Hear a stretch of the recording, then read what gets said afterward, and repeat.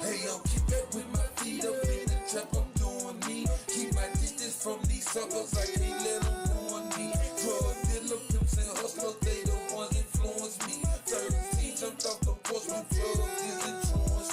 Hey yo, keep back with my feet up, keep back with my feet up. Keep back with my feet up in the trap, I'm doing me. Hey yo, keep back with my feet up, keep back with my feet up. Drug dealer, pimps and hustlers, they the ones influence me. Bring the work naked like a skinny demon, no profit needed for the crucifixion. Told out couple screws missing, paranoid niggas superstition. No paper in the realm of fishing. Niggas stole what a nigga kissing. Without a diamond still shine glisten. Selling around so everybody hit it. Falling strong, charging for a mission. Mathematics, simple addition. Bad luck like a bad chick. One of the few still a better shit. No matter what, never act different, no GPS. But they back tripping. Money cup, yes I'm back tripping. Like that's the kid, I guess I'm back to hey yo, keep back with my feet up in the trap, I'm doing me. Keep my distance from these suckers, I can't let them ruin me. Drug dealer, pimps and hustlers, they the ones influence me. 13 jumped off the porch with drugs is influence. Hey yo, keep back with my feet up, keep back with my feet up. Keep back with my feet up in the trap, I'm doing me. Hey yo, keep back with my feet up, keep back with my feet up. Drug dealer, pimps and hustlers, they the ones influence me. I was riding the tours during a race. Got another little bun, them another K. Go by the escape, pop by the K. Black cat with a juice at a Timberlake. Real reach at a rally, it's another 8. Ball corner, go rock step for another 8. I'm a star cloud 9, I'm an outer space. Roll run the show, money, get the stage today. Black brother finna kill, I'm on the way. Riding on the 6-9 person on the day. I was counting money way back at home, hey. 7-8, money boy train. HD lifestyle, I'm in 4K. 4 clips, 2 rock, corn, 8K. Being legal, I carry 34 state. City time, you gotta hey yo, keep back with my feet up in the trap, I'm doing me. Keep my distance from these suckers, I can't let them ruin me. Drug dealer, pimps and hustlers, they the ones influence me. 13 jumped off the porch with drugs is influence. Hey yo, keep back with my feet up, keep back with my feet up. Keep back with my feet up in the trap, I'm doing me. Hey yo, keep back with my feet up, keep back with my feet up. Drug dealer, pimps and hustlers, they the ones influence me.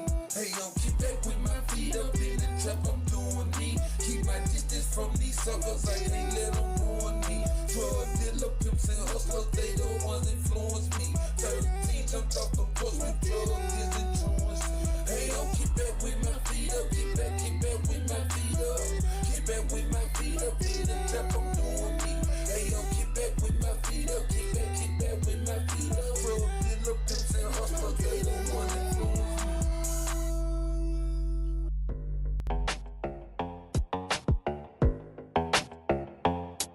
Don't you fall for it.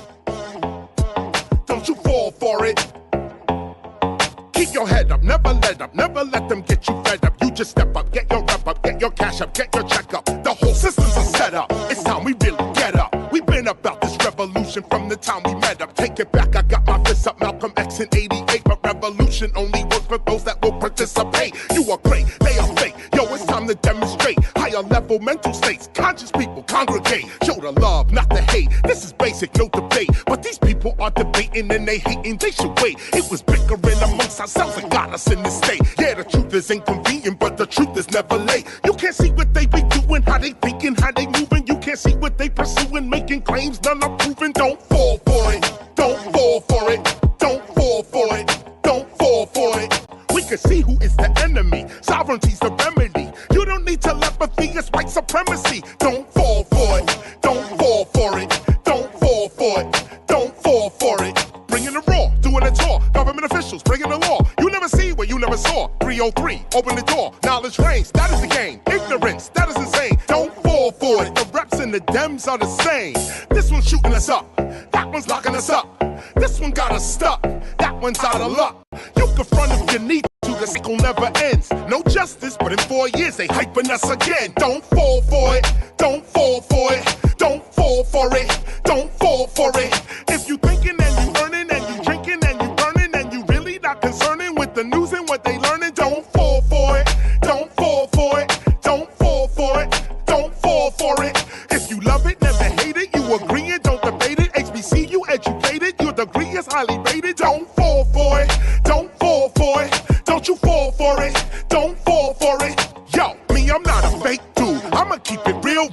see through it all that America needs a heel deal. America ain't really sick, this is what it really is. Gunshots and cages for black and brown little kids. Now they acting like they not the cause of how we live. Do not tell me what you gonna do, I can see what you did. Look at her, look at him, look at them, look at me. Do you see our interests represented in society? No you don't, and you won't, cause democracy's a joke. Every 4 years these same people asking us to vote. Nothing changed but the Range Rover switching lanes over. I remain the flamethrower, knowledge reigns, game over. Don't fall for it, don't you fall for it. Rodney King, George Floyd, man, we all saw it. So don't protest with defiance, but don't move with self-reliance. While the soul is being silenced for the religion of science. Don't fall for it, don't you fall for it.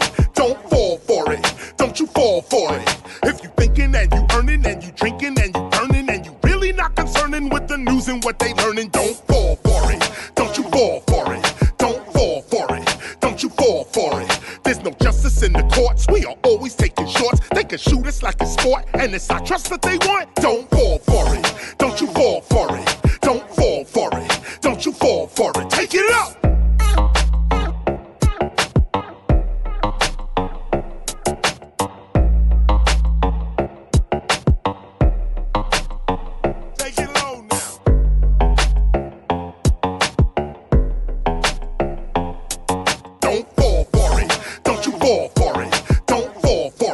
Don't you fall for it. All I have in this world, all I have in this world, all I have in this world, all I have in this world, all I have in this world, all I have in this world, all I have in this world, all I have in this world, all I have in this world. You niggas ain't running shit but your fucking mouth. You too motherfucking weak to represent the South. I don't see you in the hood like you say you be. I told you bitches from the jump not to fuck with G. You had to go and run your mouth trying to hate on me. Don't try to hide the fact remains you a wannabe. So you got a little cheese, nigga, that ain't shit. What good is it if you can't enjoy it with your clique? If you get caught slipping, you fucking the game. I got them killers on my team causing major pain. Let me know if you want drama, nigga, I'ma bring it. Put them nines to your belly, let them bullets ring it. I'm coming hard from the start and I finish first. I top it off when I let my 9 milli burst. I lead a scene, scotch and rubber, about to hit the curve. All I have in this world is my balls and my motherfucking word. All I have in this world, all I have in this world, all I have in this world, all I have in this world, all I have in this, all I have in this world, all I have in this world, all I have in this world, all I have in this, all I have in this, all I have in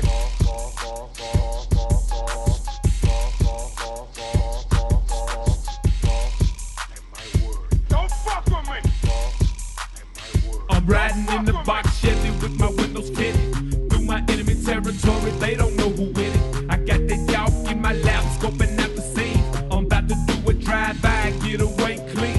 I bust the block and came back on them fuck niggas. I unloaded my 380 cause it burst quick. You should've seen them niggas scattering like cockroaches. I know they don't retaliate as the night approaches. We strapped up to the T and we ain't playing games. It's all about whooping ass fuck, taking names. If you see them bitches coming, niggas shoot to kill. I got a vibe that I really wanna make them feel. They caused a major violation to some real niggas. Behind that some fucking blood got this real nigga. When I see them, I'ma leave them with their vision blurred.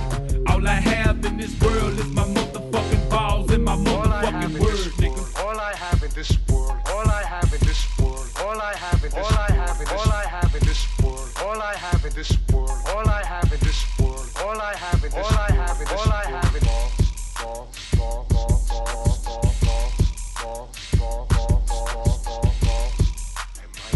Don't fuck with me. Don't fuck with me. You bitches working on my nerves to the point where I can't stand to hear you say a word. Always yapping, talking shit about the next nigga. Watch your back while I'm pulling out the tech, nigga. I'm about to blast on that ass like I'm trigger happy. If I don't bust a motherfucker, I'll let you slap it. It's guaranteed they gon' bleed when I let it loose. You can try to run and hide, but it ain't no use. You going down with the rest of them player haters. How you gon' try to play hard when you know you trained? You might as well sign your name on the dotted line. Cause you can bet your bottom dollar that that ass is mine. What makes you think you so invincible you can't be touched? Like you so down that your compound can't be rushed. I treat you like a little bitch and kick you to the curb. All I have in this game is my motherfucking balls and my motherfucking word, nigga. All I have in this world, all I have in this world, all I have in this, all I have in this, all I have in this world, all I have in this world, all I have in this world, all I have in this, all I have in this, all I have in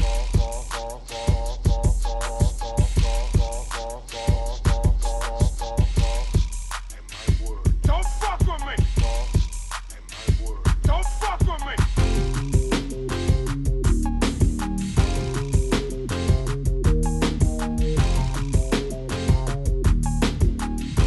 Yo, what's going on, everybody? What's going on? Welcome to the Real Mad TV, where you always get a mad reaction, but sometimes I do come in peace.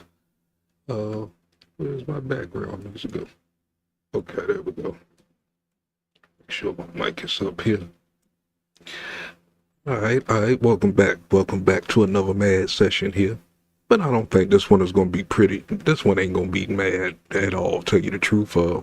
This one might be kind of funny, because I'm going to piggyback off my last live show, which was basically a confession about Barack Obama and some inappropriate things for a man. This one here is a little bit, I would say a little bit deeper, because it's the same guy, and the things that he is saying to Trump, what he said the last time, man, is just ridiculous. But before we even get to that part, man, we're gonna jump to this other video that was basically, the title says it all to me, because that's how I feel, man. I just was shocked. I was shocked at the things the guy was saying. Are they believable? Who knows? You know what I'm saying? As we say on these YouTube streets, he's standing in his truth. But this will be pretty funny. A salute to everybody who came up in the room. Leah, thank you for joining me. Rum Shaker, thank you for joining me. Is my mic sounding nice? Check 1. Is my mic sounding nice? Check 2.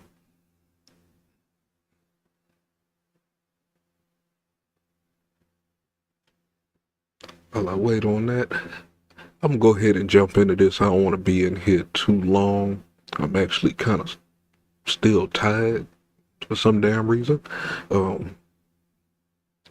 And I have tons of content to push out of here too, so who knows when I might get that spurt, you know what I'm saying? It's a lot of things lined up, it's a lot of news going on, so make sure my screen keep moving over here. Alright, let's get into this first video, which is by see my mic going into the red. I don't want it to go too high where it sounds like I'm fucked up, but we're going to jump into this first video of Candace Owens. Her title says it all. She was shocked to learn about this. I think all of us were shocked to learn about this when we heard it the other night. You know, was it real? What purpose did that guy have to even bring that stuff out? But before we even get into that, let's get into Candace to see how she was so shocked and the evidence that she will pull up.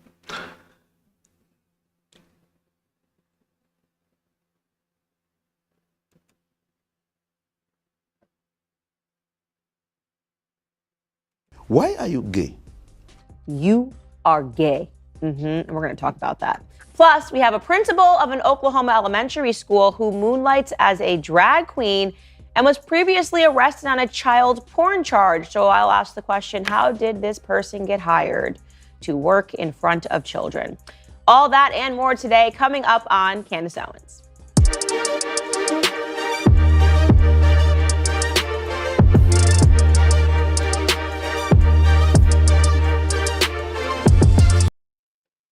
I didn't mean to play all that.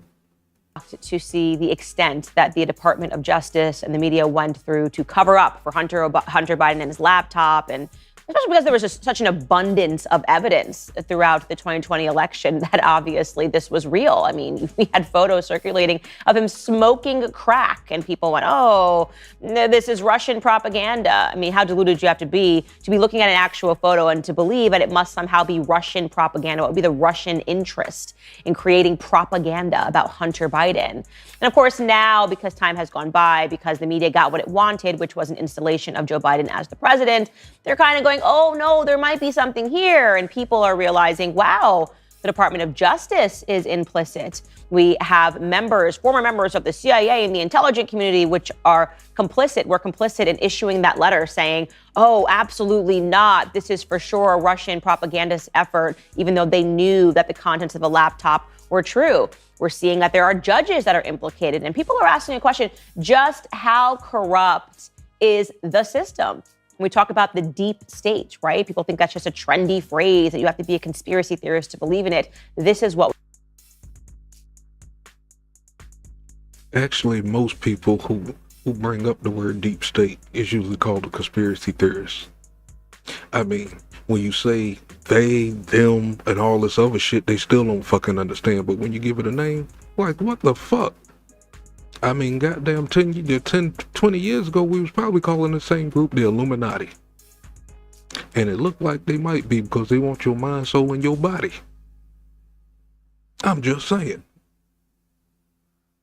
But we are called conspiracy theorists if we use the word deep state.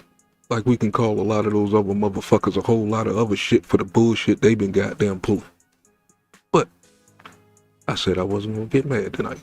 So let's continue.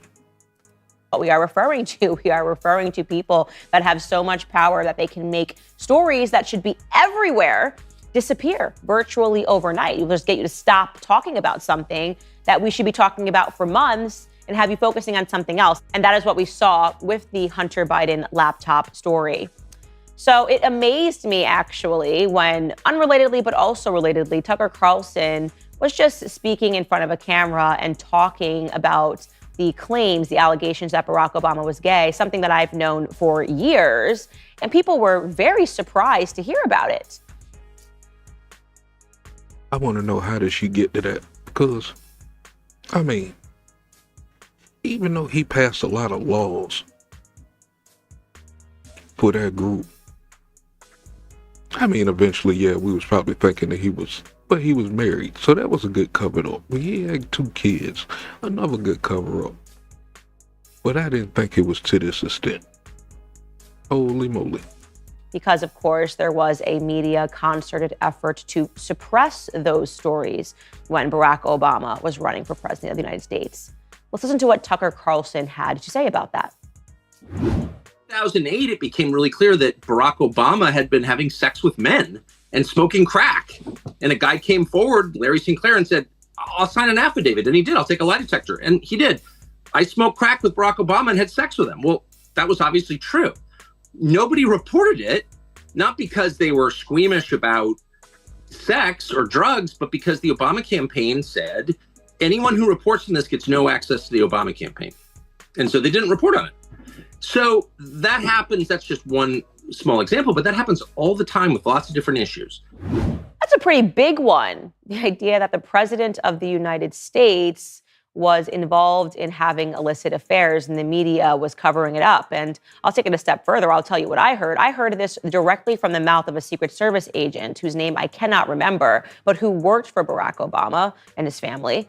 And he said that while Barack Obama was in office, again, this is coming from a Secret Service agent, that they would help sneak young men into the White House. It was not a secret of sorts that Barack Obama was sleeping. What the fuck did she just say? Hold on. But this is hearsay. Because she says she heard it from somebody. Let's put that on record. Still, I'm trying to give this dude the benefit of the doubt.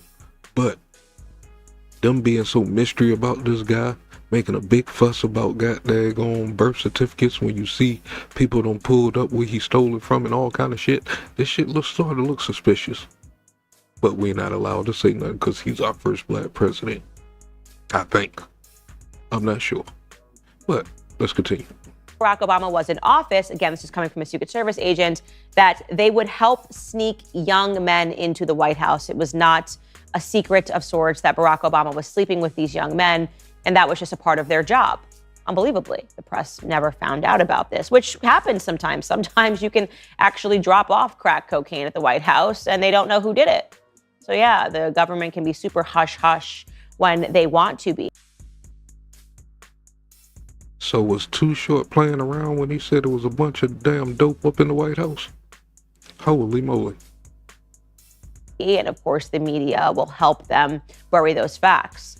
Well, let's go backward, because apparently this clip of Tucker Carlson is going viral because people had never heard it. They'd never even heard about Larry Sinclair. They never heard about his testimony. And if they did hear about it, I ain't never heard of that fool. I'm just saying. It was dismissed. They problematized Larry Sinclair himself. And I want to be clear that Larry Sinclair has some problems. Yes, he has problems, a lot of financial ones. He's been accused and convicted of fraud, credit card fraud, things of that nature. But he was pretty clear when he repeatedly said over and over again that he had engaged in a homosexual affair with Barack Obama. He was pretty clear when he said that he had had sex with then Senator Barack Obama in Chicago. And he was willing to even host a news conference about it at the National Press Club in Washington on June 18th, 2008. So don't. And yes, all of that did seem kind of weird. Why is it important to let everybody know? Well, he is trying to be a female. Maybe he was trying to be the male Monica Lewinsky. I'm not sure what this guy was trying to do. But, I mean, he did come out publicly in national spotlight and basically confessed to sucking his dick. I'm just saying. Mark Adams, salute. Thank you for joining me tonight, man. This is a wild story right here, man. Have you been keeping up with this Obama thing, man? Do you think that is true? Is our first black president a Fruit Loop? I'm just saying. He covered that up pretty well. But then some more interesting details came out. That's why I did this part too. I knew the newer video was coming. That's why I did the first part. But damn, this shit about to get good. Don't take my word for it. Actually watch this video, which has largely been buried, and let me know what you think about it. Take a listen. In regards to the Obama incident, I flew out of Colorado Springs, Colorado to Chicago on November 2nd, 1999. Arriving. Basically, that's the same thing we watched the other night. But for those who didn't see, the graduation of my godson, my best friend's son, from basic training from the Great Lakes Navy Training Facility. I made reservations at the Comfort Inn and Suites in Gurnee, Illinois, based solely on the location to the training center. On November 5th, 1999, I hired the services of Five Star Limousine. Excuse me. I had hired them both for November 5th and November 6th of 1999. On November 6, 1999, I asked the limo driver, whose name I now reveal for the first time, Jagir Paramit Mutani, if he knew anyone who would like to socialize and show me Chicago. Mr. Mutani understood that I was looking for someone who knew Chicago and would enjoy socializing. Mr. Mutani said he knew someone who was a friend of his. On November 6, 1999, after picking me up at the hotel in Gurnee, and this is significant, Mr. Mutani used his cell phone to make a call. That call was made to then Illinois State Senator Barack Obama to set up an introduction between myself. Now hearing this for the fourth time, because this is about the fourth time I don't heard this, maybe fifth or sixth, because I watch other people do reporting on this too. But I'm now just catching. How did he remember all those details? How in the hell do you remember? Who did he say, the driver?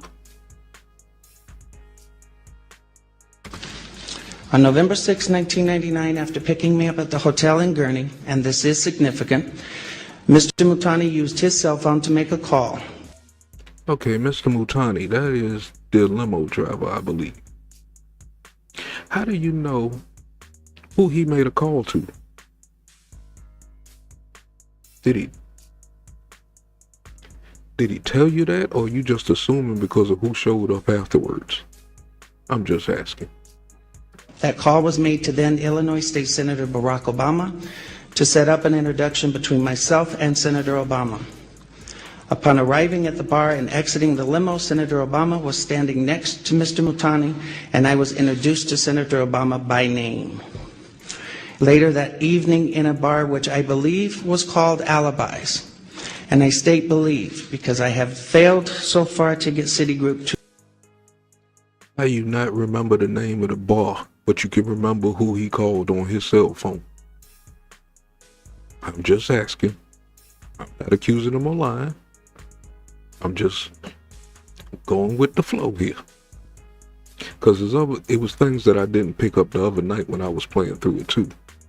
You know what I'm saying? After you hear things 1, 2, 3 times, then you really start the questions really come out. You know what I'm saying? To provide the credit card receipts that has the actual name. I mentioned I could use a line or two to wake up. Senator Obama asked me if I was referring to coke, and I stated I was. After stating I was, Obama stated he could purchase cocaine for me and then made a telephone call. This too is significant, from a cell phone to a presently unknown individual, during which Senator Obama arranged the cocaine purchase. Senator Obama and I then departed the bar in my limousine and proceeded to an unknown location where Senator... Did Senator Obama call Corn Pop? I mean, I'm just asking, man, because it seemed like he's been tied in he's been tied in for a long time, longer than we thought he was. From all those backstories we're hearing now. But, damn. Did he call Corn Pop? That seemed to be Joe Biden's hookup from back in the days in Hunter, you know what I'm saying? Obama exited the limousine with $250, which was provided to him by me. Returned a short while later with an 8-ball of cocaine, which he gave to me.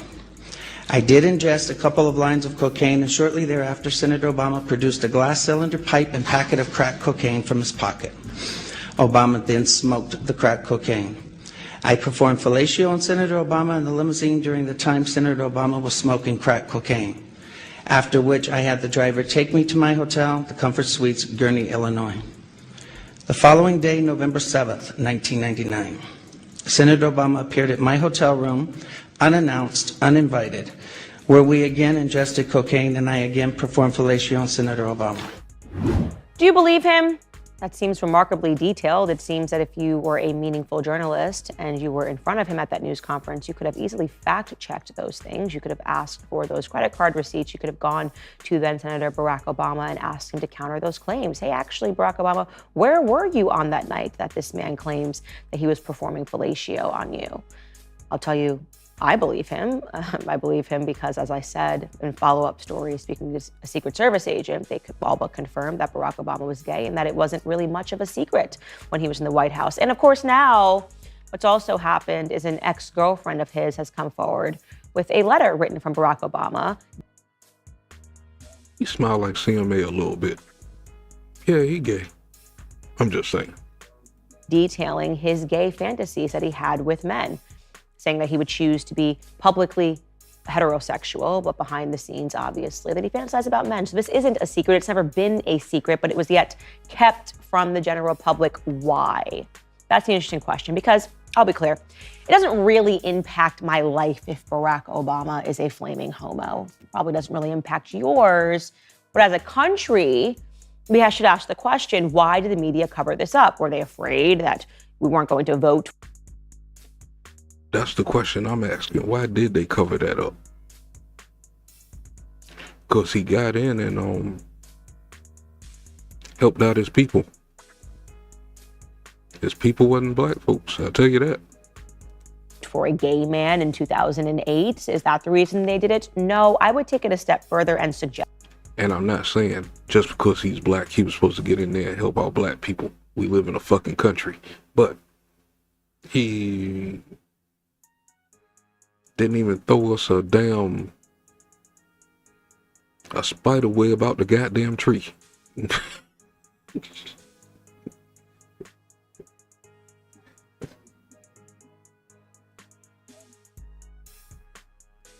That's what I thought too, until you see the next interview coming up a little later. He did the up to date and with more detail. I mean, I never laughed so hard before in my life, but we'll get there.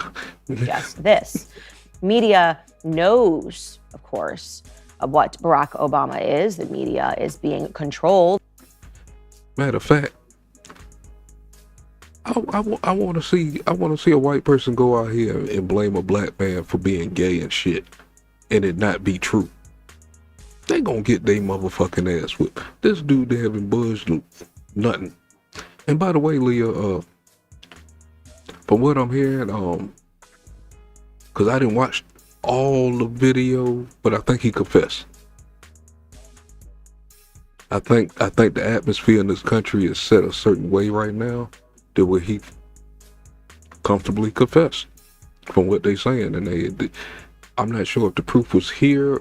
I think I heard it. If not, I apologize for being wrong, but that is what's being said out here. And this was a few months ago he confessed to it. But I could be wrong. But I don't think so. I just have to say that.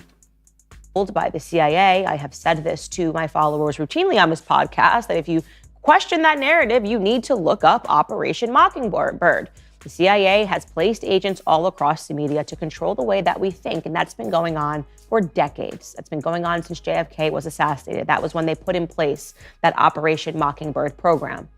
Why? I don't know. I don't know why they felt that they needed journalists to repeat what they wanted them to say following JFK's death, which, by the way, they clarified for us this year or last year. That was also Russian. It's all about Russia, Russia, Russia. It couldn't possibly be our CIA involved in these sorts of murky situations.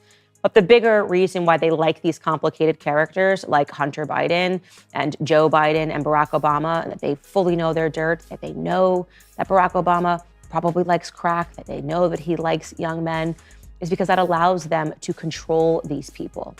So you find somebody who presents well enough, right? You get them into positions of power and you install what is known as a puppet presidency. Barack Obama's not going to not do exactly what they say at all times, because look what they have on Barack Obama. Look what they know about Barack Obama. These things aren't conspiracies, it's common sense, obviously. And that is all I'm going to say about that. According to a recent study of... Did that fool steal my line? If I didn't like Candace, she wouldn't be able to get away with that. But yeah, Leah, I think he confessed to it from where was I watching this at? And they showed the part where he actually confessed. I don't know where. I don't even think I was on this platform. I think I was on one of my hidden platforms. You know what I'm saying? But I believe they said that. Matter of fact, it might be in no, it wouldn't be in that Tucker that next video. See what Candace talking about. Hundreds of women who have had an abortion. Okay, that's a commercial.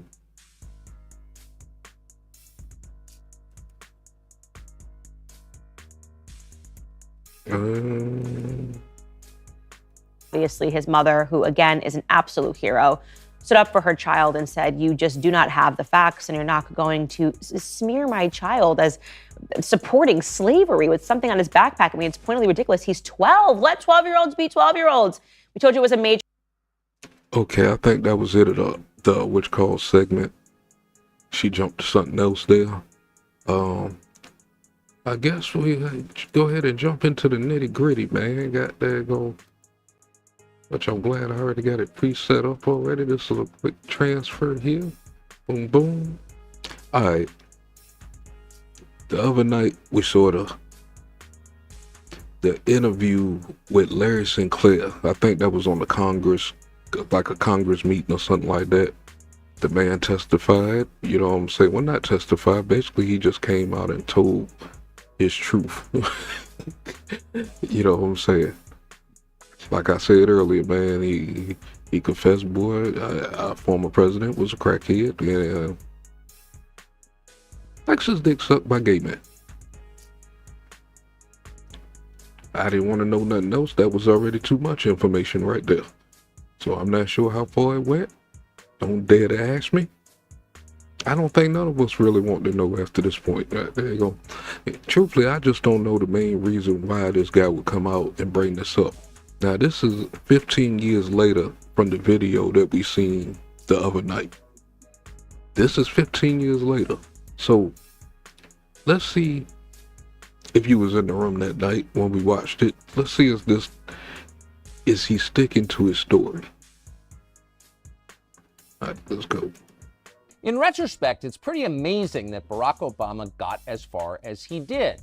In 2004, the summer of 2004, Barack Obama gave the keynote address at the Democratic Convention in Boston.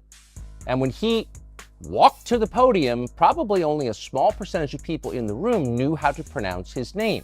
He was totally unheard of. No one knew Barack Obama. At the time, he was a state senator in Illinois. 4 years later, he once again spoke to the Democratic Convention, but this time as the nominee. Meteoric doesn't begin to describe it. How did this happen? Well, the outlines are fairly well known, though rarely talked about. A small group of Democratic donors, mostly in Chicago, decided that Barack Obama was their guy. He was the vessel for their ambition.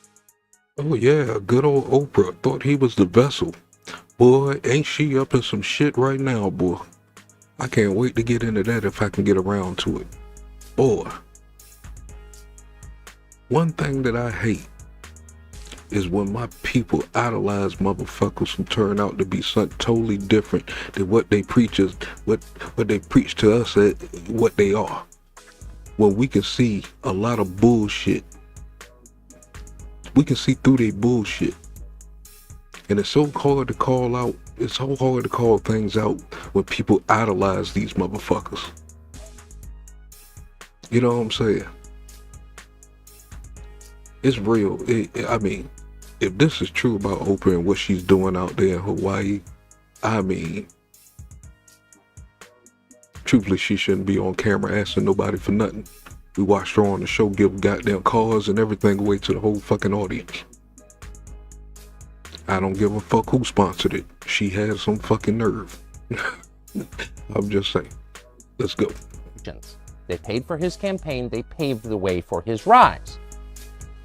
He spent 2 years pointlessly in the United States Senate preparing to run for president in 2008. And of course, in the end, he won. But the question was, who was this man?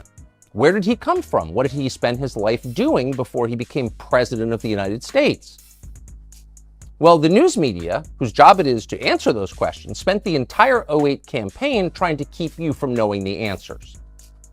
By Election Day, most Americans knew only one thing about Barack Obama, other than he was handsome and a good communicator: hope and change.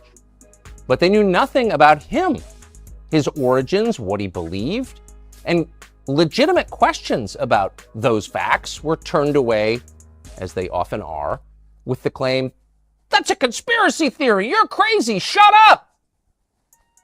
One of the most interesting... Those people who keep calling out conspiracy theories, boy, about to eat their own fucking words, boy, I'm telling you. Not just on this topic, just plenty of other topics and shit. Because a lot of us, man, a lot of people who's pushing out this kind of witch cult are all being demonetized. And don't think that these motherfuckers ain't gonna clap back. They'll drop the fucking bombs, goddammit. The shit, the stuff people are not seeing is ridiculous. And it's a shame, because a lot of us is out here gotta put up with this crap in conversations. Like, it's ridiculous, man. It's ridiculous, some of the things that we are following, and not choosing to hear what the other side is saying. Even though it's your own people saying it. They not saying it out of favor-fucking-tism. They saying it out of fucking truth. Off the shit that they motherfucking seen. I mean, if I can go back 3 or 4 years, man, well, basically, yeah, about 3 or 4 years, and I can start digging up some of this stuff that I had up here on YouTube. You know what I'm saying? Saved up in the cut and shit. Man, you wouldn't believe some of the stuff that we were going through the pandemic that folks had no idea what was going on. Everybody was locked down. Everybody was pushed up in the houses, had curfews and all kind of shit. And you wouldn't believe the shit that was going on. Even when you try to say it, the people beside you don't even fucking believe. You know what I'm saying? But let's get back to fucking Tucker. Interesting moments in the 2008 campaign occurred when a man, like Obama himself, came from out of nowhere to recount his experiences with Barack Obama, the man. His name was Larry Sinclair, and he told an amazing story. Oh, Leah, you didn't see it. I was on one of my homegirls show a minute ago. We was doing the Kansas City Detroit game. Do you know the NFL played the Black National Anthem? And after it was done, both teams walked off the field. We wasn't for sure if they was going to play the American National Anthem, which should have been played first. I don't know why they trying to make us feel like we had, even though we do, but they giving us a wrong sense of power, which is going to smack us in that face when they give us the reality check like we fooled you niggas. You know what I'm saying? I've been calling this shit out for years, and it's like it's taking so long for folks to see this shit. This is all a goddamn setup. They don't want us here. They doing everything possible for us to get out of fucking character so they have an excuse to goddamn do what they need to do. I don't give a fuck about, I'm talking about the Black Lives Matter goddamn riots, to the motherfucking goddamn thieving in the fuck, or the shoplifters in the store. Goddamn gonna defund the police so niggas can get out here and keep doing more stupid shit. It's so much shit bad that they just setting us up with. They're gonna replace us with those border jumpers. I'm just saying. He said that in 1999, he had encountered Barack Obama in Illinois, had sex with Barack Obama, and then used cocaine with him. Sinclair went on to make these claims publicly at the National Press Club in Washington, to sign a sworn affidavit, and to take a lie detector test. I might take the chance on showing his face, because his face expressions through this damn interview was hilarious, man, with this story. It's like, what? Where are you?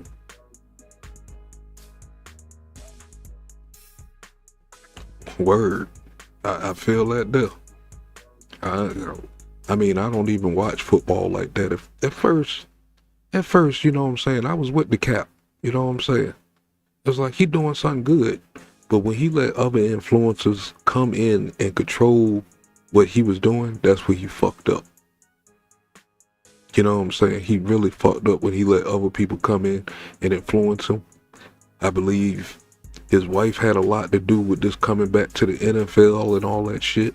Because it don't look like he wanted to come back. He don't want to feel like Kunta Kinte. So who the fuck keep pushing his ass out there to go back? I hate to blame his wife, but you know what I'm saying? Some people say Stephen A. Smith, but I think his wife talked to Stephen A. Smith to get Stephen A. Smith to do the shit. I mean, because a lot of those broadcasters and shit didn't really see that he was talented, but I mean, hey, he average. I thought he was more than average, but he kind of threw it away, man, when he let people take that narrative of the knee and shit like that, and Nike jumped in and all these other motherfuckers jumped in. It just fucked it all up. Not knowing at that time China is supporting goddamn slavery with the Uyghurs out in China and shit. They got Muslims goddamn enslavement camps and shit out there, motherfucker. People who's making these damn Nikes. And you talking about some Kunta Kinte? Hey, man, the Cap is a big ass hypocrite. I'm just saying. But he was dismissed. In fact, he was attacked. Obama shills like Ben Smith of Politico batted the claims out without refuting them. They're absurd. And the rest of the media followed suit. But the claims weren't absurd. We're not claiming they're true, but they were certainly credible. This was a first-hand account of Barack Obama's behavior by someone who was willing to sign a sworn affidavit to that effect. So the question is, whatever happened to Larry Sinclair? What's his life been like since? That's an interesting story. It turns out Larry Sinclair is still alive. He lives in Mexico. But today, he's in our studio, and we're happy to have him. Larry Sinclair, thank you so much. Thank you for inviting me. Where did you meet Barack Obama? It was by accident. I was in the... There he go. 15 years later, after that video from the other night, this is about to get real funny. Grab your popcorn. I'm gonna try to show as much as Tucker's face as possible, cause you know that other side really don't like him too much because he's exposing every damn thing. You know what I'm saying? So. Chicago area in '99 for Lee Duke's graduation from the Naval Academy. Who's Lee Duke? He's basically my godson. Okay. I had hired a limousine service. I'm sorry to interrupt. Did you live in Chicago then? No. I was actually living in Colorado. I had flown in the night before. Okay. So, had hired a limousine service, had made the driver aware that if Lee couldn't leave the base, because once they graduate, some of them actually get their assignments and they're shipping out and they can't leave the base, that I was still interested in going out. And had asked the driver if he knew anybody that was available that might want to show me, Chicago. And he said he did. So who was the driver? His name was Jamir Motani. It was with 5-Star Limo. So you're just a guy who's in town for the night, and it sounds like you're looking to party, actually. Yeah. That's what you're really saying. Yeah. Well, I was in town for a few nights, but yeah, I was definitely looking to party. And did you make that clear to the driver? Oh yeah. Yeah. Oh yeah. There was no misunderstanding. How direct were you about that? Extremely. Extremely. Okay. Yeah. There was no doubt what I was looking for. Okay. And he picked me up at my hotel in Gurnee and drove into Chicago, pulled up in a bar outside, and there's this guy that's introduced to me as Barack Obama. It was literally that casual. Had you ever heard of him? No. Did the driver know him? Yep. The driver definitely knew him because the driver said that he was a friend. Interesting. How would the driver be friends with Barack Obama? I only found... Tucker. You get the first one of the night. That's a dumbass question. How did the driver know goddamn? He's driving for him, you big dummy. I'm just saying. Out later, dealing with a reporter from Bloomberg News, that apparently the limousine company had been doing business with Tony Resco, that at the time was somehow affiliated with in Barack Obama's Obama. Orbit. Yeah. Yes. Interesting. So he knew Barack Obama, and in his view, Barack Obama liked the same kind of partying you were looking for. Yep. Okay. So sex and drugs and upwards. The sex part I wasn't so sure about until, of course, you make your move, but it became obvious very quick. The coke part I thought was interesting because of the way that I had brought it up. So I'm stepping on your story. So you pull, and I apologize. So you pull up to this bar. The driver is basically scouting some dude for you to hang out with. Correct. There's this guy, Barack Obama. Have you ever heard of Barack Obama? Never. Okay. Never. We're having drinks. I mentioned the fact that I could use something to wake up. I was... Yes, Leah, that is the same person from the other night. This is 15 years later. So this interview, I believe this interview was a couple of days ago. When I was like, there's a new video coming out. That's the reason why I did the old one first. You know what I'm saying? This is the new one 15 years later, 2023. And from what I've seen of it, this crap is pretty funny. Salute DJ Tanya Renee. Thank you for joining me tonight. Or this morning, or you know what I'm saying.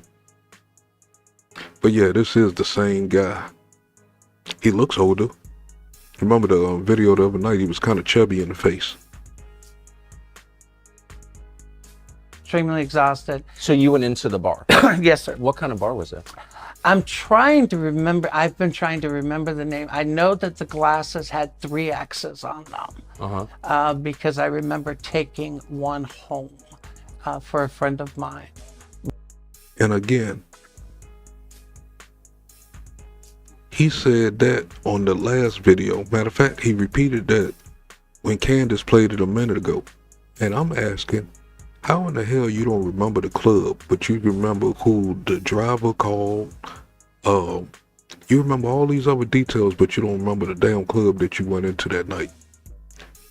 You must have been high as a motherfucker. But still,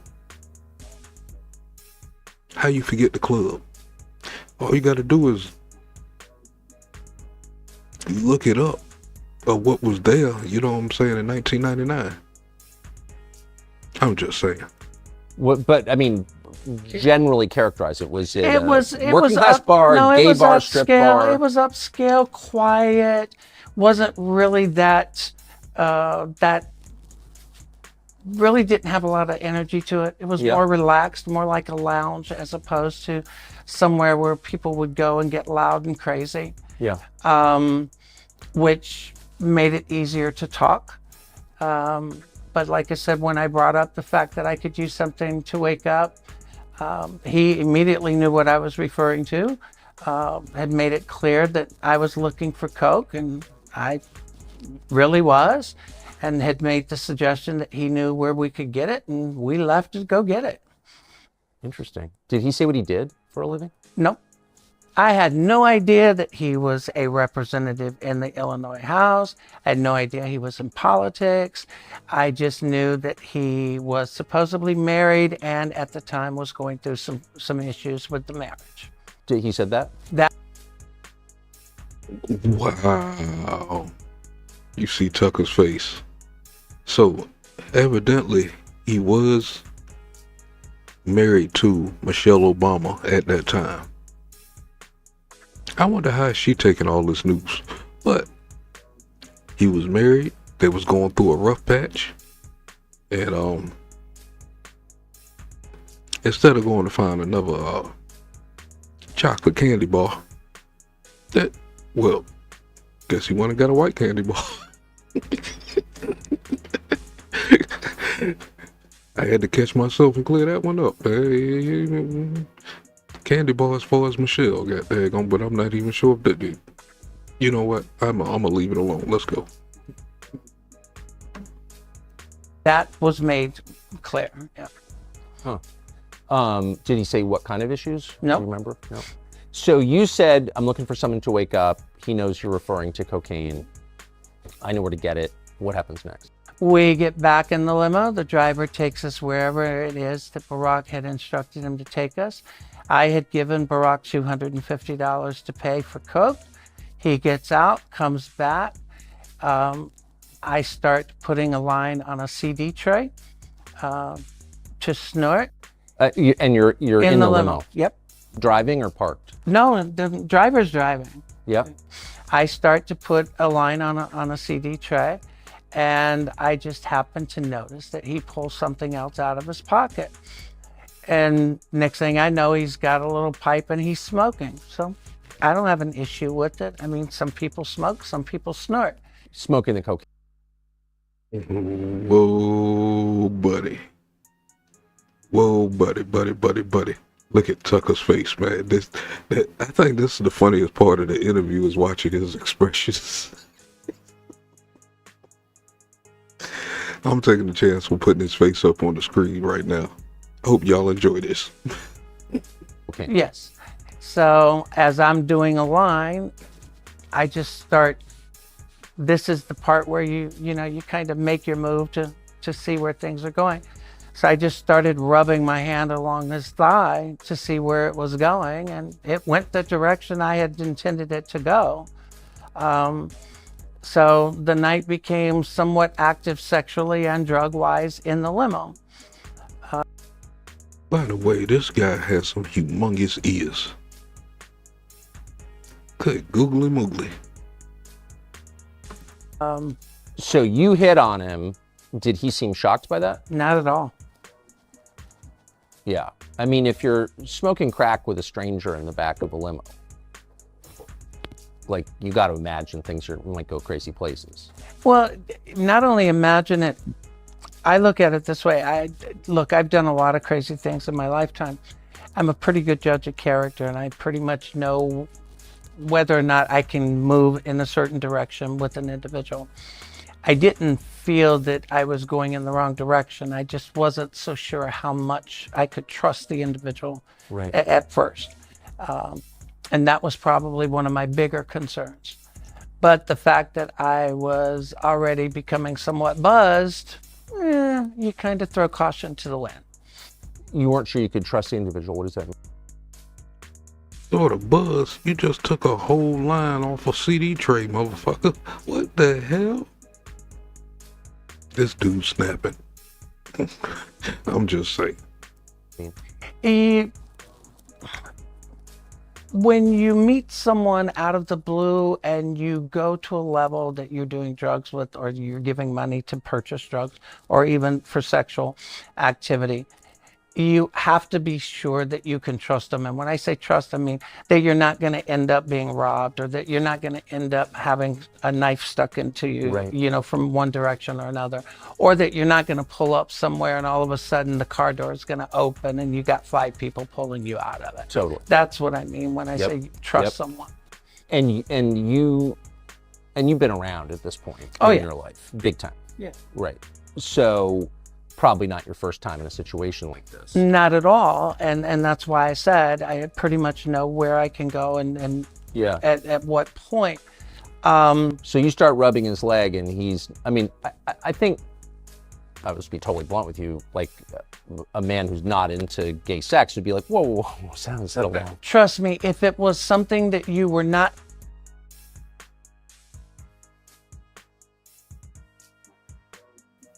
If a man wasn't into gay sex, he would have whipped your motherfucking ass in that limo. I'm sorry. I'm just saying. But he's about to answer that. Let me rewind it. Gay sex. I would just be totally blunt with you, like a man who's not into gay sex would be like, whoa, settle down. Trust me, if it was something that you were not interested in, and you're right, I've had guys that I read wrong that would literally try to break your hand. For sure. If you went in that route. So it's not like this was something that he wasn't into. It's not something that he was shocked. See what I mean? Boy, he would have got his ass whooped. By shocked by, you don't get excited and you don't unbutton your pants and you don't just sit there and let it happen. So it definitely wasn't Barack's first time. That much I'm absolutely certain of. And I would almost be willing to bet you it wasn't his last. So you performed oral sex on Barack Obama. You did. In the driver's up front? Yep. And he's cool with this. The driver has the partition up. He didn't have a problem with it. He didn't put it down for any reason. I mean, he kind of set up the whole thing for this in the first place. Exactly. And I have a funny feeling he had no bones to pick with it as far as what took place in it. So what happened after? Afterwards, I actually went back to my hotel. I had specifically asked that he drop Barack off first, but for some reason, he and Barack chose that they would drop me off at the hotel first and then he would take Barack. So Barack actually made the drive out to Gurnee, which is a suburb outside of Chicago, to the hotel for me to be dropped off. What hotel was it? It was the Comfort Inn in Gurnee. Ooh, that sounds depressing. Well, you have to remember it was 99. Yeah. And it was close to the Great Lakes Naval Facilities. Yeah. But I got dropped off. How you remember that and you don't remember the motherfucking club? What kind of dope was that? I'm just saying. They left. The next day was somewhat interesting because he ends up showing up at my hotel room, which I thought was somewhat weird, but man, I should move the hold on. Here's what you call it. Is it this? No, it wasn't that. No, it ain't that. Where is the what you call that? Must be this one. Man, Tucker's face is priceless. I'll put that back up in a minute. You wanted some more. So when you say he showed up, He showed up. I mean, I had no warning. I was in the room. There's a knock on the door. I open the door and he's standing there. And he's standing there with more Coke, and he comes in, and it was just like a quick, rehash or rerun from the night before. exact same program. Exact same program. Was he smoking again? So Barack Obama smokes crack, and then you perform oral sex on him. And like I said, the only reason I had come out about it is I had reached out to the campaign even in 2007, only because I saw all these kids getting excited about it. Okay, wait. So how did that end?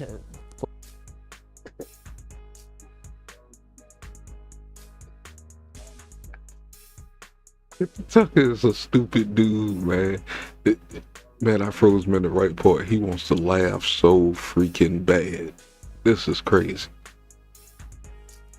Like, same way. You get off, you finish smoking, you leave.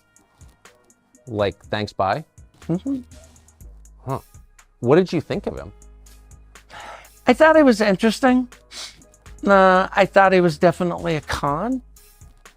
But what do you mean by that? Well, in my life at that point, you made it clear I had already been around. Yeah, big time. Yeah. So, Leah, like you just said, the guy sniffed the 8-ball. That nigga thought he was riding down a cool street somewhere in Mercury, goddammit, somewhere in the solar system. When people are doing things because they actually really enjoy it, or they're sincere, or they're looking, for a connection, or they're doing something because they're looking for an in, or they're looking for a hook, or it's a game. So for me, I felt that it was a game for him. It was like, okay, what am I going to get out of it? Or is there something I can get out of it other than just, the sexual part? Right. And lucky for me, I wasn't going back to Chicago anytime soon, so it really didn't matter. So you were left with a bad taste in your mouth? Something, yeah. Yeah.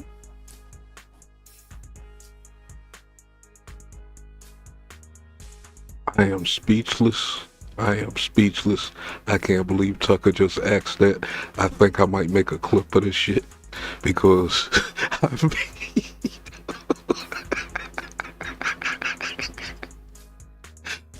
man, this one right here, man, I need my homeboy Jordan Live for this one, man. Damn, Jordan, man, why you ain't around, man? You were supposed to do this one. This shit would have been hilarious, man, on your show. Damn. No, he didn't just say he left a bad taste in your mouth.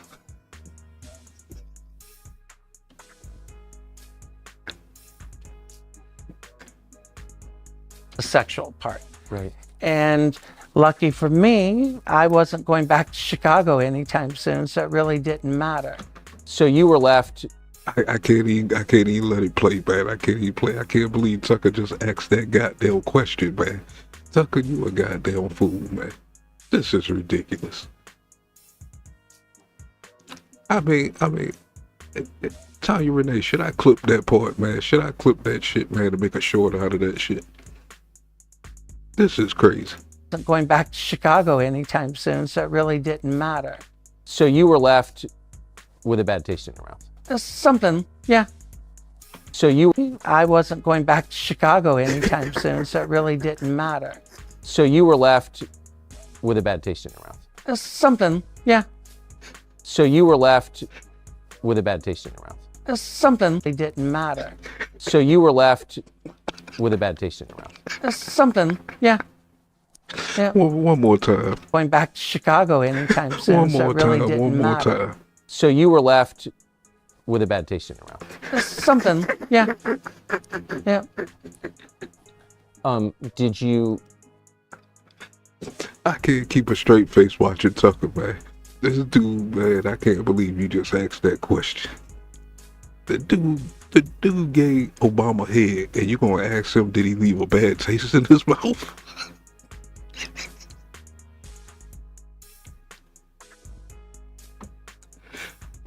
I didn't catch that part the first time I seen this.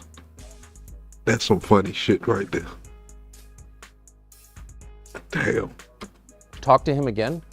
I did not. In fact, And did you have any idea, even though you had sex with him twice, you did cocaine with him, watched him smoke crack twice, you had no idea who he was? I had no idea who he was until I'm sitting in my house in Tequila, Nayarit, Mexico in 2004, and he walked on that stage In Boston? in the DNC convention, and I literally hit the floor. I just hit the floor and was. Wait, so you're watching the Democratic Convention from Mexico? I was And the guy that smoked crack in your Comfort Inn with you? I was laughing so hard. And you were sure it was him? I was absolutely positive. I mean, it's kind of hard to have a mistaken identity with Obama. I mean, no matter what age. I mean, once you see him and hear his name one time, you're going to be forever identifying this dude as Barack Obama. But what I'm starting to see in this story and what he's telling is, was he jealous that he didn't do more around that time to get him or something shit? Because you remember this dude is this guy is LGBT. So now it's like you have to put him in a female thinking mode, because that's what he's trying to be. And most females know if they fuck with somebody, then probably later on some now. Because I know we're gonna have some angry black women probably listen to this and go, what do you mean by that? But some black women and stuff, you know what I'm saying, they fuck with a dude and shit, and they realize he went big, they might attempt to try to reconnect or get back with him or something. That's what this is really starting to look like. And it's like he blew his chance because Obama put a bad taste in his mouth.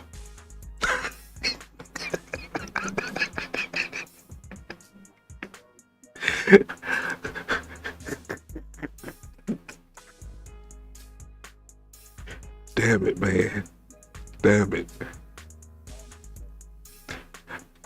Why did I hear that shit? That shit gonna be stuck in my head for the rest of the night. I'm gonna come up with all kind of jokes to go around that shit. How? I don't forget people I've met. I don't forget people I have spent time with. I just don't. And just to restate, because I think you affirmed this, but he used his real name when you were with him. Did he call himself Barack or Barry? Barack. Barack. And so did the driver. And that's why at first when everybody was referring to him as Barry, I just didn't understand or catch on. James, where have you been, my brother? Man, I want you to hear something, man. I'm gonna see if I can go right back to it. Here. Man, you got to hear this shit. Sorry, ladies, man. We got to go through it one more time, man. Maybe 2 or 3 more times for James and just coming into the room here. Not. In fact, And did you have any idea, even though you had sex with him twice, you did cocaine with him, watched him smoke crack twice, you had no idea who he was? I had no idea who he was until I'm sitting in my house and Okay, I gotta go back. Permanent. Yeah. So for me, interesting. I thought he was definitely a con, but what do you mean by that? Well, in my life at that point, you made it How far clear. I had back was already it? been around. It wasn't that long ago. So you know when people are doing things because they actually really enjoy it, or they're sincere, or they're looking, for a connection, or they're doing something because they're looking for an in, or they're looking for a hook, or it's a game. Yeah. PMP So salute. for me, I felt that it was a game for him. It was like, okay, what am I going to get out of it? Or is there something I can get out of it other than just, the sexual part? Right. And lucky for me, I wasn't going back to Chicago anytime soon, so it really didn't matter. So you were left with a bad taste in your mouth. Something, yeah. Brothers, I can't believe Tucker asked him that question. PMP, James Wilson. I cannot believe Tucker just asked this man that Obama left a bad taste in his mouth.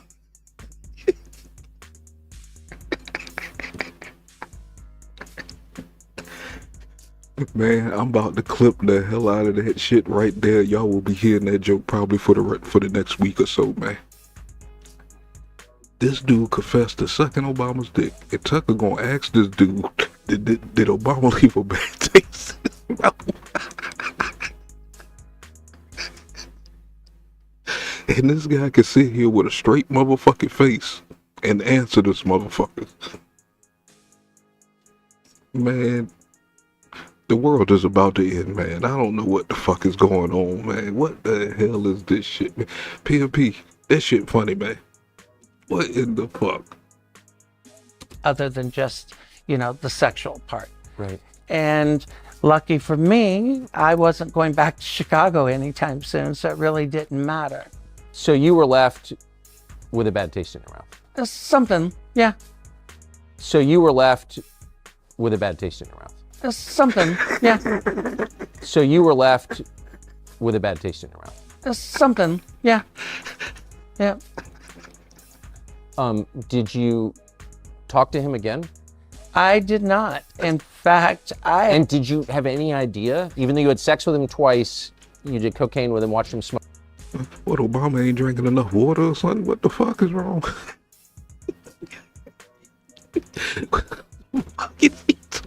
Tucker, why you do that to that man? I mean, the dude already came out. But he tasted crack or some shit? God damn it. What kind of bad taste you talking about? That was the gayest question I have ever heard right there. That is the most gayest questions I have ever fucking heard, man. What the fuck? Tucker, you get an award for this damn shit right here, boy. This shit. And I think it gets funnier, because I think I only got about halfway through earlier. Or yesterday when it came out. Because I was supposed to do this last night, but I had fell asleep. Look at that. This shit right here is too damn funny. Smoked crack twice. You had no idea who he was. I had bad taste in your mouth. Soon, so it really one more didn't time. matter. One more time. So you were left with a bad taste in your mouth. Something, yeah. Yeah. Did you talk to him again? I did not. In fact, And did you have any idea, even though you had sex with him twice, you did cocaine with him, watched him smoke crack twice, you had no idea who he was? I had no idea who he Sanjaya, thank you for joining me.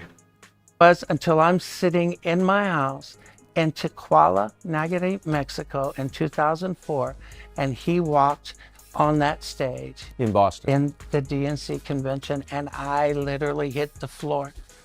I just hit the floor and was... Wait, so you're watching the Democratic Convention from Mexico? I was laughing. And the guy that smoked crack in your Comfort Inn with you?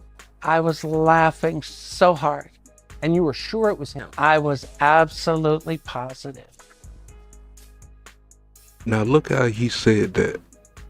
He was absolutely positive. And look at his body language. Now I'm a guy that watch body language along with what they saying. This guy, for some reason, for two one-night stands, or fuck it, I guess it was a weekend. He spent the weekend with Obama, basically. Because he said it was 2 days in a row. He came back the second day. Well, you don't fell in love, boy, with the future president that you didn't know that was going to be the future president until you seen him walk across the damn stage, and now your ass feel jealous. He left a bad taste in your mouth. And you probably somewhere in some goddamn rundown Mexican city while he up there chilling. This shit is funny as hell right here, boy. This is way better than the first night, because now I'm concentrated on this shit. This shit is funny. But I can't believe Tucker said, man, Obama left a bad taste. Smoke crack in your comfort inn with you. I was laughing so hard. And you were sure it was him? I was absolutely positive. How? I don't forget people I've met. I don't forget people I have spent time with. I just don't. And just to restate, because I think you affirmed this, but he used his real name when you asked him. Did he call himself Barack or Barry? All right, James. James, it's like this. From what I'm hearing, he mentioned this earlier in the interview where in 1999, yes, he was married to Michelle Obama, and they was going through a rough patch. You know what I'm saying? I'm not sure what kind of relationship they got set up, but from what this dude said, Obama was no rookie. Can't handle the truth. Thank you for joining me tonight. Serious. What's going on? Thank you for joining me. But nah, this dude wasn't no rookie. Yes, he was still married, but I'm not sure what that woman is thinking right now, because this shit has resurfaced and it's hitting the fan. This shit is hitting the fan real hard.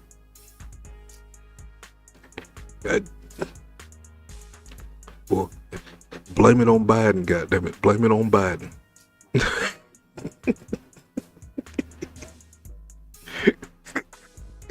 You fucking around with goddamn Trump, boy. More shit gonna keep coming out on this motherfucker, boy. Cause he did ask. It's a whole lot of shit with this dude. If you go back and watch the video from the other night, I did a Joe Brown a little Joe Brown interview just before I got into this dude's confession, and Joe Brown basically gave his whole damn lineage. I'm not sure if Joe Brown is telling the truth, but I find him kind of credible on a lot of topics. What would be his reason to lie about that? But it's the things that people ain't letting us see to make this stuff sound far-fetched. If they withholding a lot of information, of course, as Candace said, you just being straight shocked when you hear this. This is unbelievable. Not my first black president. Y'all are lying. This is a conspiracy. Blah, blah, blah, blah, blah. Ain't nobody looked at a goddamn thing, but just assume that it's a conspiracy and a lie. But this dude got into office and passed nothing but laws for transgenders and gays. We still ask the question, why did he do that? But then when we start giving answers from shit that came out way before he was even president, we still say that this is a conspiracy. How in the fuck? I'm just saying. But from that interview the other night, this is 15 years later. This is just, I think, about 3 days old. I knew it was coming. That's the reason why I did that first part. You know what I'm saying? And I was just hearing about it at that time. So all of this is brand new to me. I didn't know shit about this shit until on this month. You know what I'm saying? We just assumed for the things that he passed and the certain way that he kind of looked, that this dude ain't all the way right. But he's married to a black woman, so we think. They had 2 children, so we think. I'm just saying, I'm not going to dig no further, because that will be a conspiracy. You know what I'm saying? Because I actually don't know. So I kind of look at it now because of what we have going on right now with all the stuff that they pulling, which I'm going to probably get into that more this weekend. You know what I'm saying? These colleges got it bad with these transgenders. It's ridiculous. And no, I'm not saying Michelle is a transgender.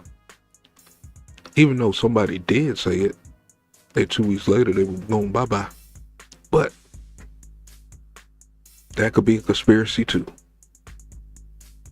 She could have fell and couldn't get up. I'm just saying. Barack. Barack. And so did the driver. And that's why at first when everybody was referring to him as Barry, I just didn't understand or catch on. Because like I said, I didn't know that much about him other than the fact that, hey, you know, you hook up, you know, today it's Grindr. Back then it was, you know. The limo driver. Yeah. A limo driver or a bartender, you know. You ask and somebody knows somebody or somebody doesn't. Amazing. Amazing. So you're sitting there in Mexico watching this and you think, that's the guy I had sex with who smoked crack it with me. Yep. And what do you think? Like I said, I just started cracking up. I freaked out. I had even pointed out. And he cracking up. I think we're cracking up hearing this shit. James, are you fucking Michelle too? How you know? Who told you? Was she in Playboy?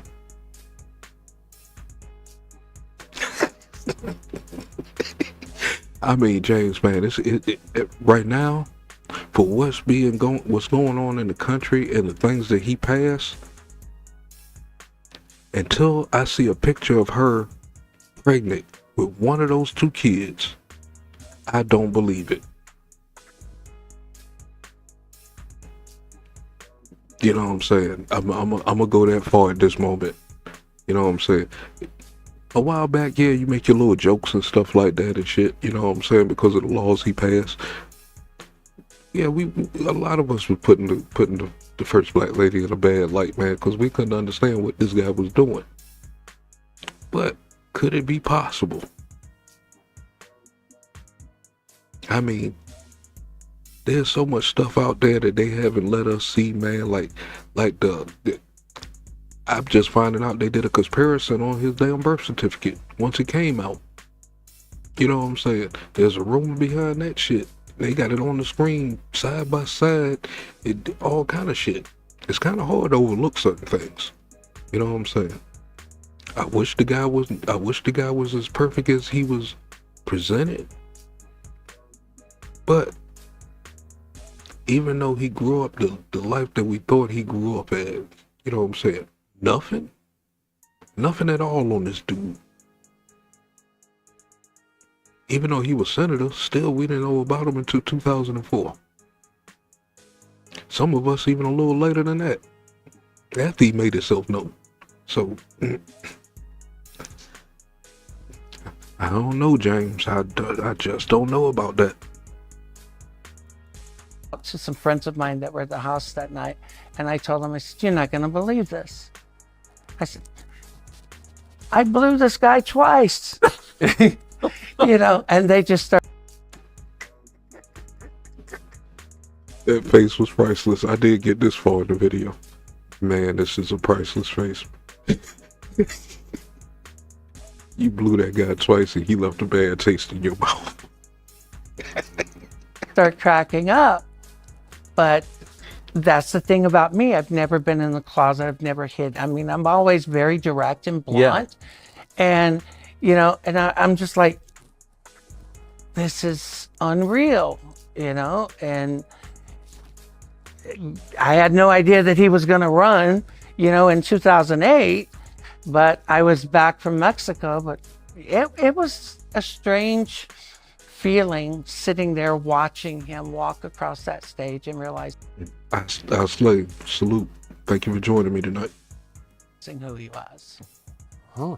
So what did you do? You said you reached out to the campaign? Well, I didn't do anything in 2004, but when he announced his run for 2008, I did reach out to the campaign in late 2007 because I had seen a lot of these college kids talking about how thrilled they were, how there was a candidate who was completely honest about his entire... Read jealousy all over that shit. This dude was jealous as hell, so this could be the reason why he's telling all this shit. I mean, what would be your purpose to come out to be the male Monica Lewinsky. I just don't know. And he left a bad taste in your mouth. But when he announced his run for 2008, I did reach out to the campaign in late 2007 because I had seen a lot of these college kids talking about how thrilled they were, how there was a candidate who was completely honest about his entire life, his drug use, you know, what he did when he was in school, you know, the constant back and forth. 1 minute is, yes, I did cocaine when I was younger, or no, I never did cocaine, but I smoked weed. So I just simply pointed out that all I was asking was, look, why don't you just simply come out and say, I did coke and I've done it as recently as 1999. You know, just tell the truth. Now I'm asking, when the hell did you talk to him before he became president to try to get him to confess? So as soon as you saw him on TV, you found out he was running for president, you broke your neck and tracked him down?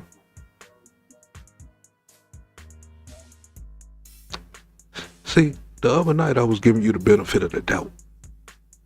Now, it's like I'm hearing you 15 years later, and I'm seeing things that I didn't see on that first video, like the jealousy. Or maybe it was there and I wasn't looking hard enough. You know what I'm saying? Because I was sitting there trying to get the details. But this right here, oh, you a stalker or something? What the fuck? What? I mean, he left a bad taste in your mouth, dog. Why are you chasing him down for? That's Tucker's fault, man. He shouldn't have never asked that question. Put it out there and be honest and let it stay as the truth rather than this back and forth. Never did hear anything back from them immediately. Who did you reach out to? Do you remember? I reached out to actually David Axelrod's office in Chicago. I'm trying to remember the letters because it was actually 3 letters. And did you say I had sex with Barack Obama? This is the interesting part. My first contact with the campaign never mentioned the sex whatsoever. That was actually brought to my attention by someone who eventually reached out to me in late 2007, claiming to be with the campaign, but wasn't with the campaign. What do you mean that was pointed out to you? So you never told anyone in the Obama campaign you had sex with Barack Obama? Not in 2007, no. Interesting. But they knew? Yep. How? Who? Well, that's weird. I'm assuming Barack himself, because the phone calls that I got in late 2007 came. The dude had a motherfucking track on him, probably. If that lineage is right that Joe Brown said, he been tied in the game for a very long time. We just now meeting this motherfucker. I'm just saying. From a gentleman that I have repeatedly identified as Donald Young. And it was Donald Young who had mentioned to me that the campaign was not going to acknowledge the sex and the drug interaction. And that's going to be the big part of this interview right here, the guy Donald Young, because I guarantee they're going to start to go investigate this guy, because I believe he got killed in 2015 from what they're saying. This is going to get very interesting. What really happened to that dude? And I was somewhat taken back because, like I said, I had never mentioned the sex to the campaign at all at that point. I'm starting to think that too, serious. The other night I was giving them the benefit of the doubt, though. You know what I'm saying? It's always good to hear somebody out. You never know what you might miss. But now, 15 years later, this dude had a huge agenda with what he was trying to do. And the shit didn't work. Look at that shirt he got on. That nigga's collar is all fucked up. Boy, he looked like the homeless guy. I'm just saying. I had in 2008 but I had not in 2000. Okay, that is amazing, and I want to get to who Donald Young was in just a minute. But I apologize for being a bad interviewer. But let me just ask the obvious question: which, what was Obama like on crack? Actually, and I hate to say this because some people are going to think I'm really crazy. I knew a lot of people that smoked it because I was in Miami in the early 80s when it became quite popular. Similar to a friend of mine that I knew in Miami, gets extremely high, calm, almost euphoric. And then as it starts to come down, you know. I don't know, man. He might have lost his teeth down Obama's pants, from what he said. I have no idea. The twitching and the looking, anything that looks white that's sitting on the seat or the floor, you assume is another piece that fell off that, you know, you can pick up and smoke. But while he was high, pretty much the same. Pretty controlled. Pretty controlled, euphoric. Is it, Leah, he will wants a payout, or he wants another bad taste in his mouth? I'm just saying. Talkative, but not really saying anything. So it was like his presidency. A lot like it. Was it your impression, and of course you would, strictly speaking, no, but was it your impression that this was the first time he'd ever smoked crack? No. No. You don't, first of all, you don't. Tucker, that was the second dumbest question you asked tonight. What did you just say?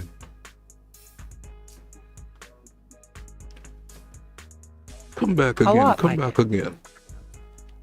Was it your impression, and of course you would, strictly speaking, no, but was it your impression that this was the first time he'd ever smoked crack? No. Why would that be the first time he smoked crack when he's the one that pulled the pipe out of his goddamn pocket?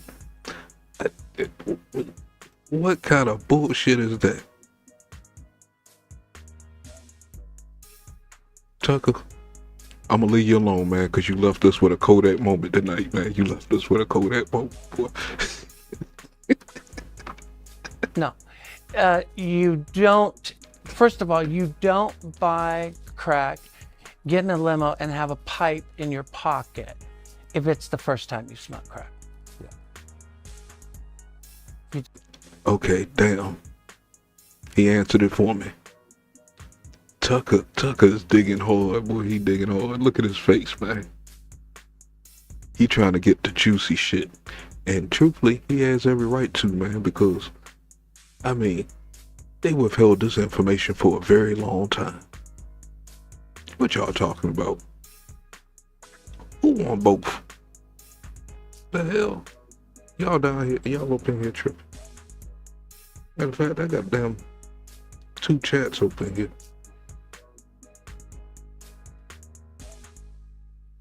I'm not sure what Obama wants, man. I'm not sure at all. But I always knew it was something weird about that whole family picture. But, you know, as black folks, we're not allowed to act certain things. We're just supposed to think greatness all the fucking time. And I guess that's the reason why we're sitting in the position we're sitting in. Let's get back to the show. You just don't. That makes sense. So, I've read about your story to the extent it's been written about, not very much. But I'd never read that Donald Young, this man Donald Young, called you and told you that he knew you'd had sex with Barack Obama. That was the contact in late 2007 that I had that originally came under the guise that they were part of the Obama campaign. So who was Donald Young? Donald Young is a choir director and a school teacher. He was the choir director at Jeremiah Wright's church in Chicago, the same church that Barack Obama went to. He was also a very openly gay black man, but very well respected. Did you know him? I had never met him. I had not even realized that the person who was communicating with me had been killed until a good 2 months after. So I'm going to get to that. So Donald Young is the choir director at Jeremiah Wright's church. Yes. And is it publicly confirmed that he knew Barack Obama? Oh, yes. Yes. Donald Young's own mother has repeatedly said that she feels that her son died to protect. Is that the same church he used to go to when he was the president up in Chicago? I'm just asking. Barack Obama. It's just interesting that Donald Young would have called you. He's not working directly for the campaign that we know of. Exactly. But somehow he has a copy of your letter. It sounds like maybe Donald Young was on cleanup duty. Somehow he has my phone number. Exactly. And that's exactly what it was, because like I said, the first calls were, I was led to believe that he was with. Which poet, James? Take it back. Take it back 1 minute. Realized that the person who was communicating with me had been killed until. You talking about that poet? If it was that poet, he talking about the guy Donald Young, which we come to find out that's Barack Obama's ex-boyfriend. So they say, allegedly. Evidently, he got wiped out, you know what I'm saying, back in 2015 or so. You know what I'm saying? But he was communicating with him the whole time. I don't know why this guy's still alive saying some of the stuff he's saying. I mean, Tucker gave me a couple of ideas why, but I don't know. They left this guy out to rot, boy. Look at his shirt collar, man. It's like the mic is heavier than a collar. It can't even hold the mic. What kind of shit is this? A good. Look like he got a cheap hoodie on.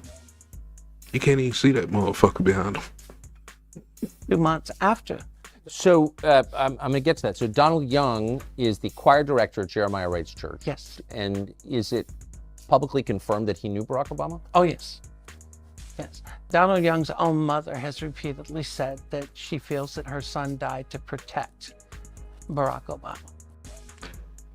Oh, why didn't he bring it up? He did bring it up just before he got elected, and they suppressed all the videos, all the information, all of that. It's like they made the guy disappear. You know what I'm saying? The news media didn't concentrate on the story or nothing like that. I'm gonna ask you, James, if you had knew all this stuff beforehand, that Barack Obama was gay and he was a crackhead, would you have voted for him? Suppressing the information is a big deal. That's the reason why you see so much confusion right now. They suppress all the real information and give you a bunch of narratives and propaganda, you know what I'm saying, to run out here with. And wondering why things, you know what I'm saying, is upside down, because people out here following the propaganda and the narratives and not looking for the truth. You know what I'm saying? If you listen long enough, the truth will fall in your lap. But your ears got to be open to everything. It is up to you to decide when a motherfucker's lying and when a motherfucker's telling the truth.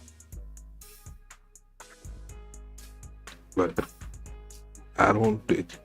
none of the media, none of the reporters, and they sat there. If you go back to the video the other night, there was reporters there. They asked them a whole bunch of questions, but they was trying to put it like, they was trying to make him look like something else that he was.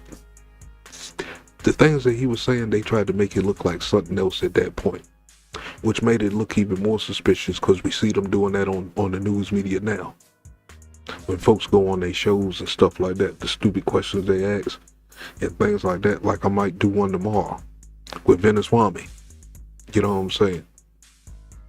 It's like they do that with everybody. But if you're into that level of being, of, how can I say, it's like a form of a certain kind of emotion, because the things they'll say will make you jump up and like, yeah, and don't know the person that you yeah for is absolutely fucking wrong. You know what I'm saying? They only right because of where they sitting at, what channel they on. Depends on if they right or not, which is a stupid way. But once you learn how to read through that shit, you just end up watching and be like, these motherfuckers stupid. You know. It's just interesting that Donald Young would have called you. He's not working directly for the campaign that we know of. Exactly. But somehow he has a copy of your letter. It sounds like maybe Donald Young was on cleanup duty. Somehow he has my phone number. Exactly. And that's exactly what it was, because like I said, the first calls were, I was led to believe that he was. No, serious ass. You just got in. From what I told Leah earlier, and from what I was hearing on another show, it was on another platform. You know what I'm saying? Because it really, even though it started coming out yesterday, I think it was certain people just testing the water to play this interview. You know what I'm saying? But I went to go hear it on another platform, and I believe they absolutely said with proof that Obama admitted to this. And if he did, the only reason why he would admit to it is because he set the climate of the country to make everybody feel that this is all right. Look at our country right now. Wait till you see the shit that they got there going putting in the fucking schools. I got school board meetings and everything lined the fuck up. You wouldn't believe the shit that you about to hear. This shit crazy. And I mean, none of this shit is a fucking conspiracy. You got parents, people like me and you, going to these meetings, calling this shit out with fucking receipts. There ain't no conspiracies there. Obama being gay, to me, is no longer a conspiracy just because this dude talking. Because if this dude's talking, that means his high school girlfriend who has the letters that he confessed on must be true. I mean, but it's possibly they couldn't be. But we know for sure that there's an aura of gayness around this man right now. And he kind of did it to himself because of the laws that he passed. He's over in other countries in Africa trying to get them to turn to LGBT. They banned the shit. He over there trying to get it unbanned. You know what I'm saying? Black Prayers boy in a bad spot. He in a bad spot there. With the campaign. The last conversation that I had had with Donald Young, he had actually come clean and said that he had been asked to call me and that his job was to get as much information from me as far as who I had spoken to, who I had given any information to, and to get that to them. He had told me to be. And remember, Sirius, you know, they said he has a signed affidavit too. And the one we was watching the other night was in front of a Congress. You know what I'm saying? If this dude was lying, they should have popped this dude 15 years ago. Evidently, the book that he wrote, the letters that he got and all that shit, lays out. That's the reason why they suppressed this shit, to try to keep the clean image of Barack Obama.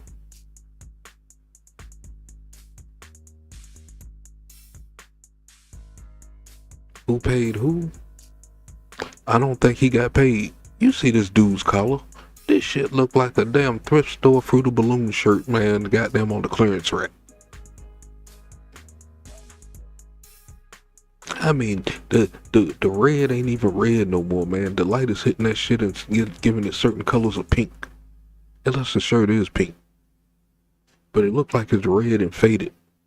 Like his sun beating and shit, boy. Like he was out there walking in a goddamn Sahara Desert or some shit, man. And the shirt just lost color, goddamn. And I don't even want to talk about his collar no more. But I'm just saying. Just by sitting here just listening to everything, I'm seeing a lot of flaws in this one. that I'm asking questions. The other night it was kind of like, I'm gonna give him the benefit of the doubt. Let's say he is telling the truth. Still, there's very strong possibility he could be telling the truth. Something ain't right about that guy. And I ain't talking about this guy. The other guy who left a bad taste in this guy's mouth. That's the guy that I'm talking about, man. Something ain't right.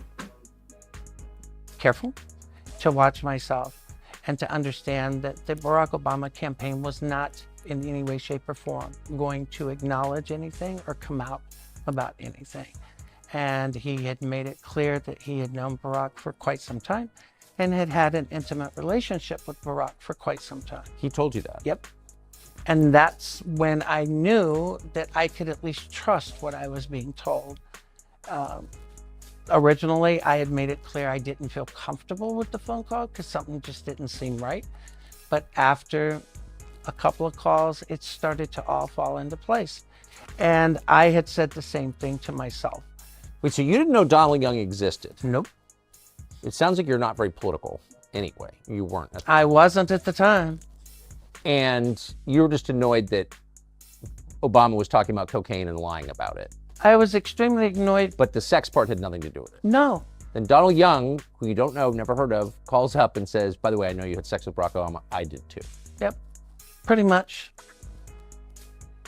I mean, this is a longer conversation, which we're going to have in a minute, but I mean, Obama has a wife and kids, and he's telling America what a great family man he is. Is that, maybe you've seen this a lot. What do you think of that? Well, and then again, this guy possibly could be telling the truth. Because I'm thinking of how these Democrats are moving now and what they do to get certain people in power just so they can get certain things passed. So if the Democrats needed to win the presidency, like they know they needed to win in 2020 and 2024. That much in 2016 because they thought that was going to be a cakewalk and we was going to have to deal with Hillary, which I'm glad we didn't, because their agendas would be a whole lot further ahead. But if they hid this information just so he can get elected by using our black ass faces and using our fucking emotions. Oh, we got a black president. People out there on the lawn crying and shit at DC and all that shit. That's the shit that's starting to piss me off. You know what I'm saying? I'm not pissed off at my people. You know what I'm saying? I'm pissed off at the nigga who fooled these motherfuckers for who he was. This dude ain't really got a African American background. I understand he black and everybody brown supposed to be brothers, sisters, shit. If it was like that, I think he should have did motherfucking more. I'm just saying. Not saying that he had to do something. We in a country full of other people, other cultures. But to be living where he was living in Chicago and all that shit, and allow that shit to go down the way it went down while he was still in office. We really still gonna call this brother a brother? I'm just saying. So yeah, I think it was a political move. They suppressed this dude's story and shit just so he can finish using the black people to get the Democrats into the freaking White House. And I believe they controlled the whole Senate at that time. They controlled the House, the Senate, all that shit. You know what I'm saying? They had full power. Just like they got now. So it's almost like the same administration. And it seemed like they trying to finish the job that he started. So yeah, in a way, I kind of do believe this guy about how they suppressed this information. And we basically caught in the middle because we the ones that helped put him in office. So, I mean, I could be looking at it at a fucked up angle, but that's exactly what they show us right now as far as what they do to get power and definitely the things they do to remain in power. You know what I'm saying? Yeah, I mean, yeah, man, you messing with my people. You know what I'm saying? It's time to cut off it's time to cut the real away from the fakes. You know what I'm saying? There's a lot of fake motherfuckers, and a lot of them motherfuckers is on our fucking TV. with our face, you know what I'm saying, that sat here and lied and keep lying, sit up there with their over emotional motherfucking ass and keep lying and keep motherfucking lying. They got bad shit coming out of their mouth.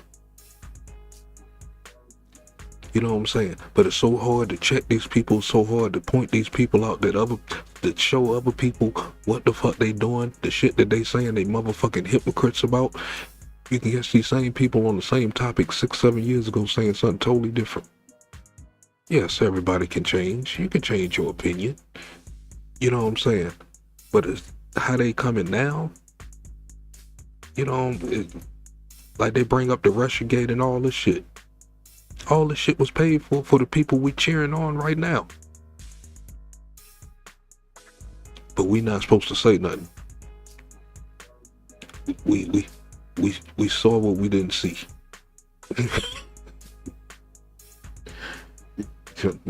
Shit crazy. What y'all talking about? Oh. Ain't nothing going on. James doing his normal macking, man. He mac on, brother, mac on. You know, in 2008, I made it clear that Obama was having marital problems in '99, and everybody in the world said that I was crazy, didn't know what I was talking about. And yet, what was it, 6 months ago, Barack Obama comes out and tells the world that exactly what I said was the truth. In 1999, he and Michelle came very close to divorce. Really. 15 years later, what I say is the truth, but 15 years earlier, I'm a liar and a fraud. It's interesting how things eventually come out. But yes, believe me, I've known guys that were completely happily married that will screw around with another man on a weekly basis and think nothing. Man, hold on one sec, man. Look at Tucker's face. Eventually come out. But yes, believe me, I've known guys that were completely happily married that will screw around with another man.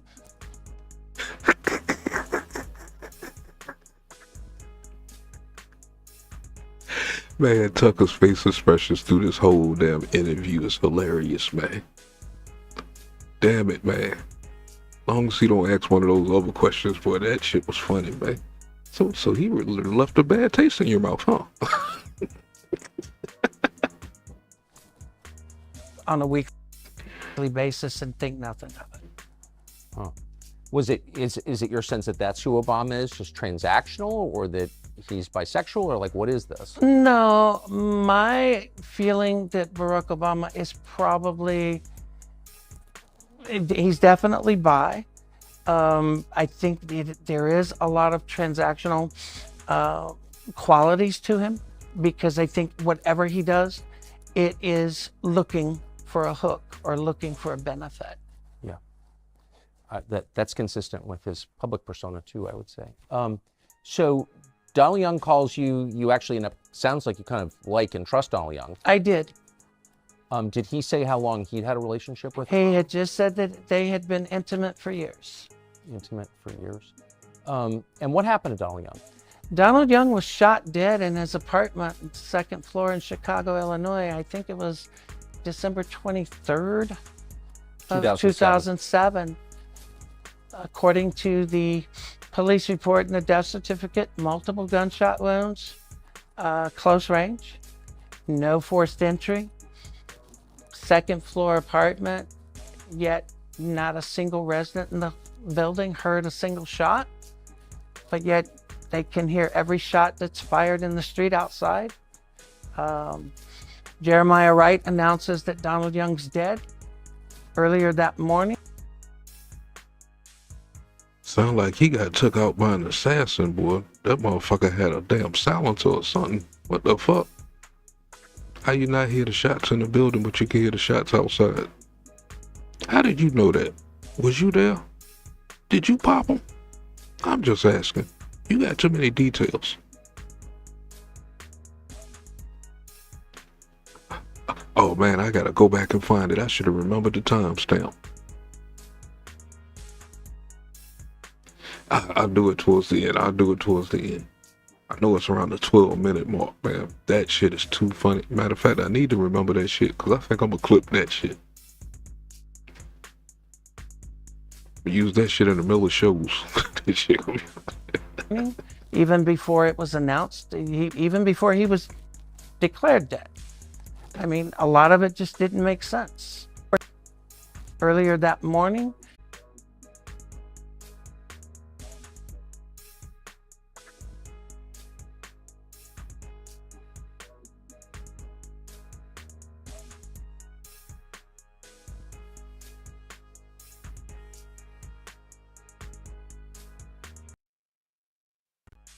were trying to get the family to say that I was trying to such thing.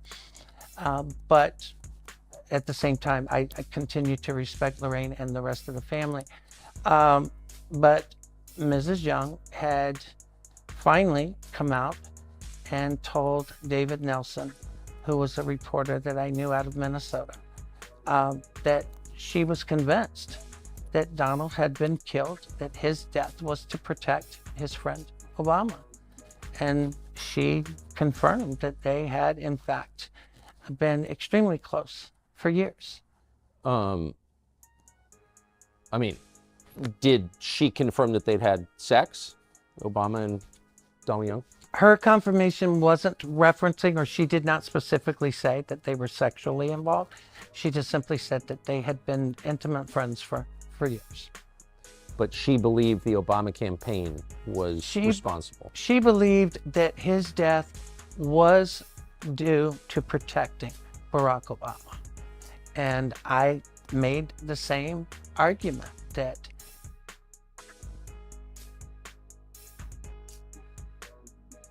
The question I have is, why didn't he get her to put this in writing? Because right now, he's speaking not off of first-handed information, which would be itself as far as he was there or something like that. He's going off of what somebody else is saying and inserting that into this. We don't know if that woman said that. You know, so that kind of fucked up. You involved her in this and you have no proof that she said that. I'm just saying. people said, well, how are you accusing Barack? I said, I'm not accusing Barack of anything. But I said, I'm willing to bet my life that Barack Obama and Jeremiah Wright both know or have knowledge of who killed Donald Young. There is no doubt in my mind about that. Well, this was a guy who was clearly going to be the next leader of the world. You know, people kill each other over insurance claims, over bar fights. There's a lot at stake here. I have no knowledge of this. I'm not alleging a murder by the Obama campaign or its allies, but it's not. It's not a crazy thing to wonder, obviously. No, and the only thing after I realized what had happened with Donald Young, the only thing I had ever asked was the same thing that I had done. And I said, you know, if you want to accuse me of being crazy, you know, release your phone records. You know, turn over your phone records from your phone in '99. Turn over your phone records for the last year. I mean, it's that easy. If you've got nothing to hide, it's not like they're going to be made public. Turn them over to authorities. Let them investigate. Let them look. But no. So, Now that's the part to me that he said the other night that makes it believable. Why won't they release the documents? Why won't they release the phone calls and the text messages? The phone company has access to them. Even though the numbers might be dead, they still have those messages. That is weird. He's calling it out. It won't show up. You know what I'm saying? But the way things are going right now, it's possible that shit gonna come out. There's a lot of things about his story that is very, very convincing. The problem I'm having is why. I mean, I wasn't a Barack Obama fan. I could care less. But why would you want to, even though he called it out before he went in office? And I guess basically that's sabotage. Even though we would like to know if our president was smoking crack. And leaving bad taste in people's mouth. But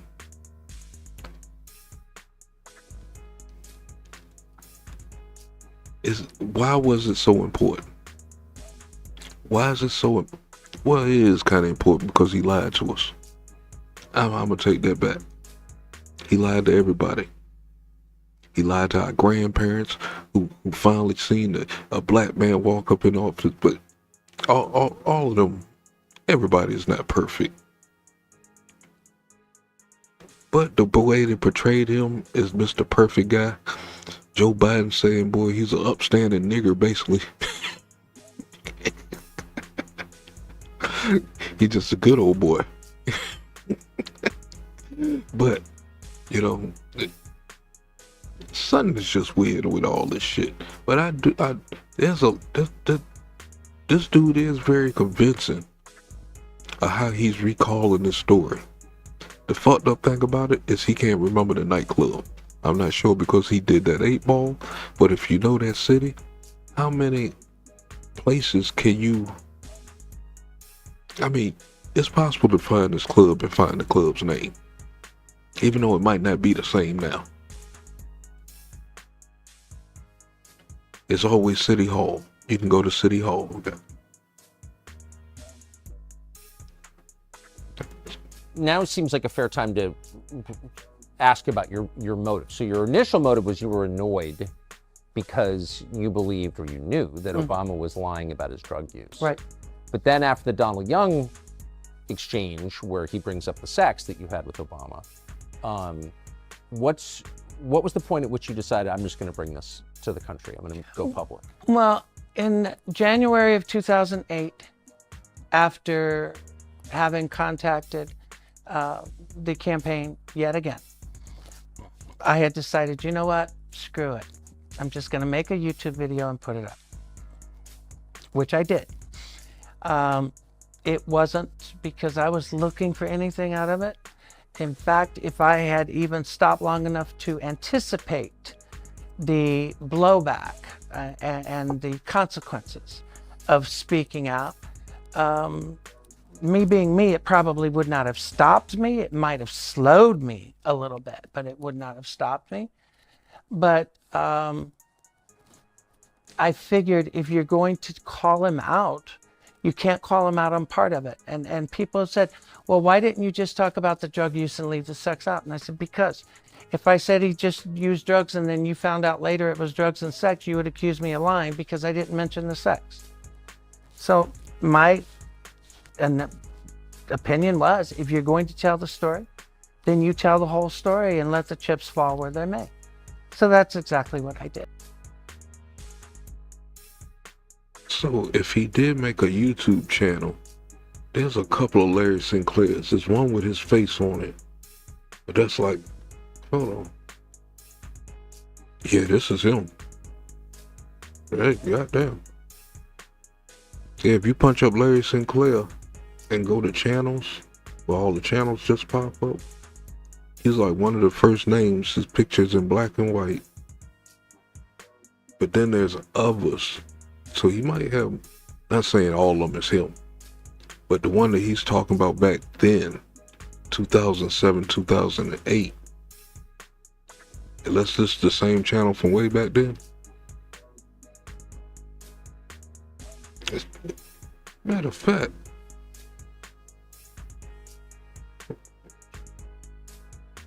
because the video I watched it from the other night was, I think that was his channel, where I got the first video from and wasn't realizing it.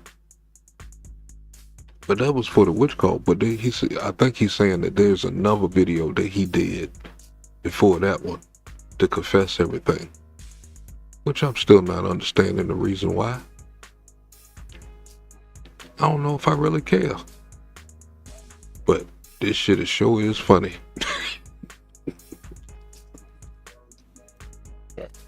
And so you made a YouTube video. By the way, I looked for it last night. I couldn't find it. That's because YouTube gave access to my account to someone shortly after the polygraph test.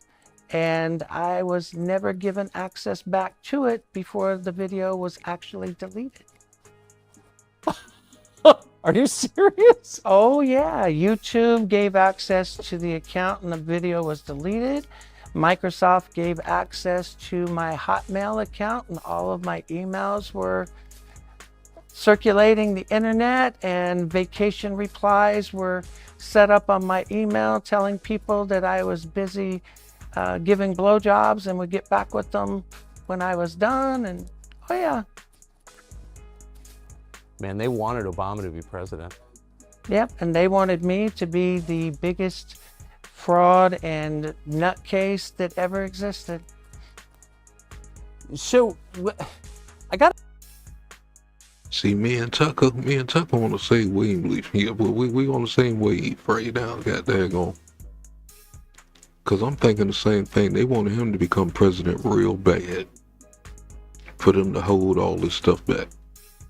Now, take this for instance. If this was Donald Trump, and somebody came out on Donald Trump like this, don't you think that this shit would be all the way from here to goddamn the 8th continent on this planet?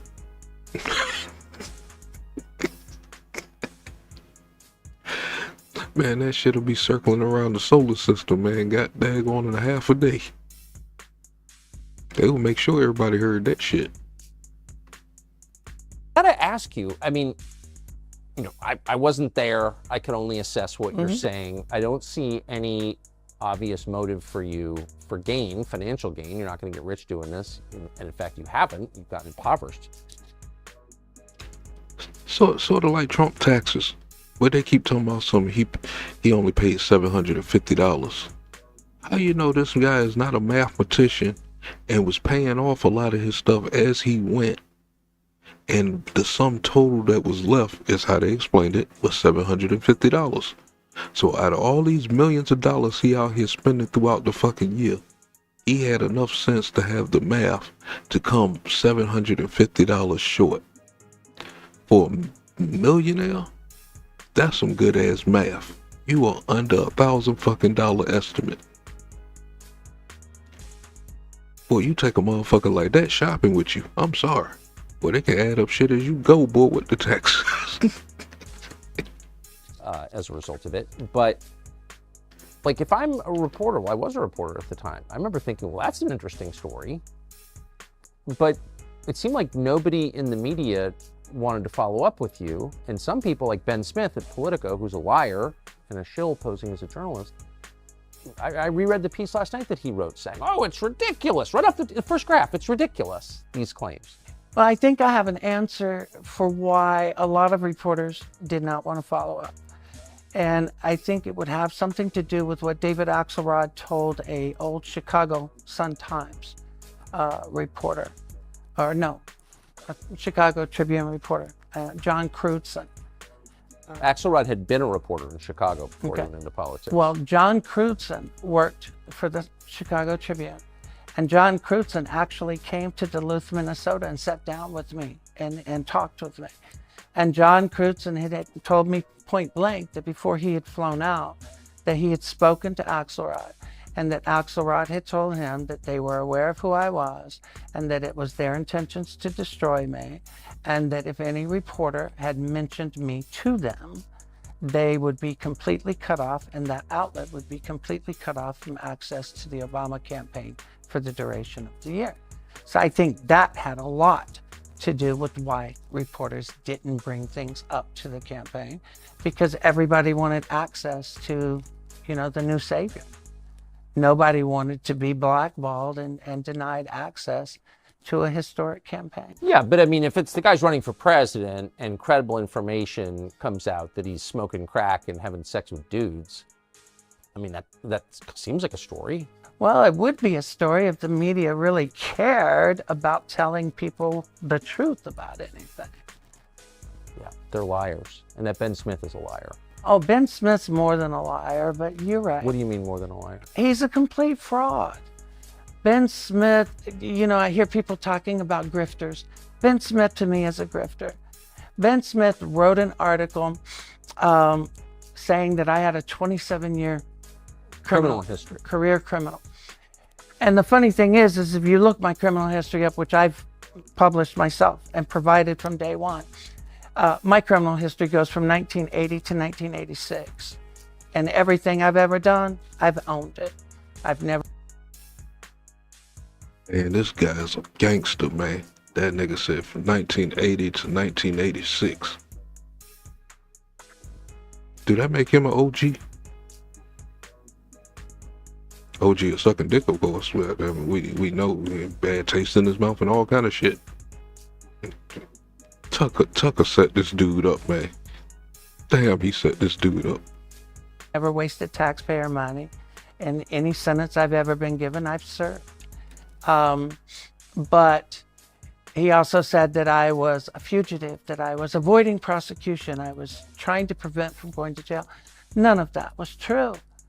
But the media ran with it. Even Greta linked to it and said that people asked me why I would not interview Larry Sinclair. This is why. And she linked to Ben Smith's article. Is he talking about the Greta from Europe? The little crazy girl that got manipulated talking about global warming? I'm just saying. It's messed up what they did to that little girl. And there's no evidence showing anything of global warming. That should be funny. It's just funny. And notice his article was published right when I was preparing to do the press conference at the National Press Club.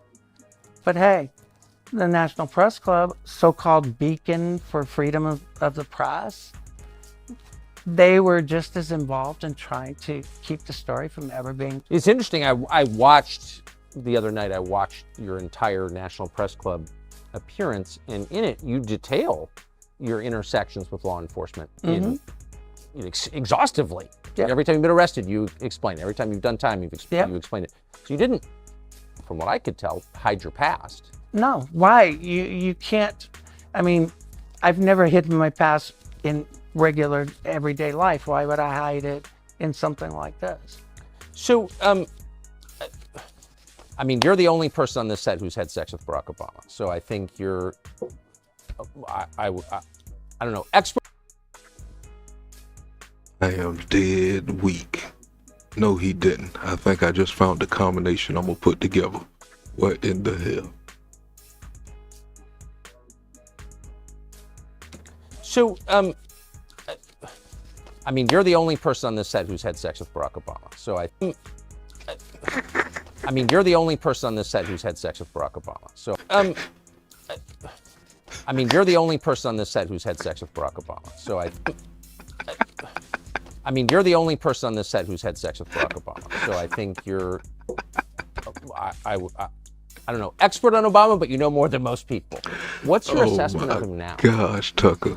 I think he's the same. Matter of fact, one of y'all mods put Tucker on timeout, man.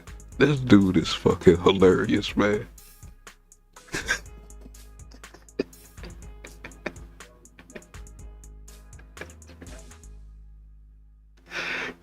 I mean, truthfully, the way the Democrats messing with Tucker, he has every right to throw every shot at these motherfuckers.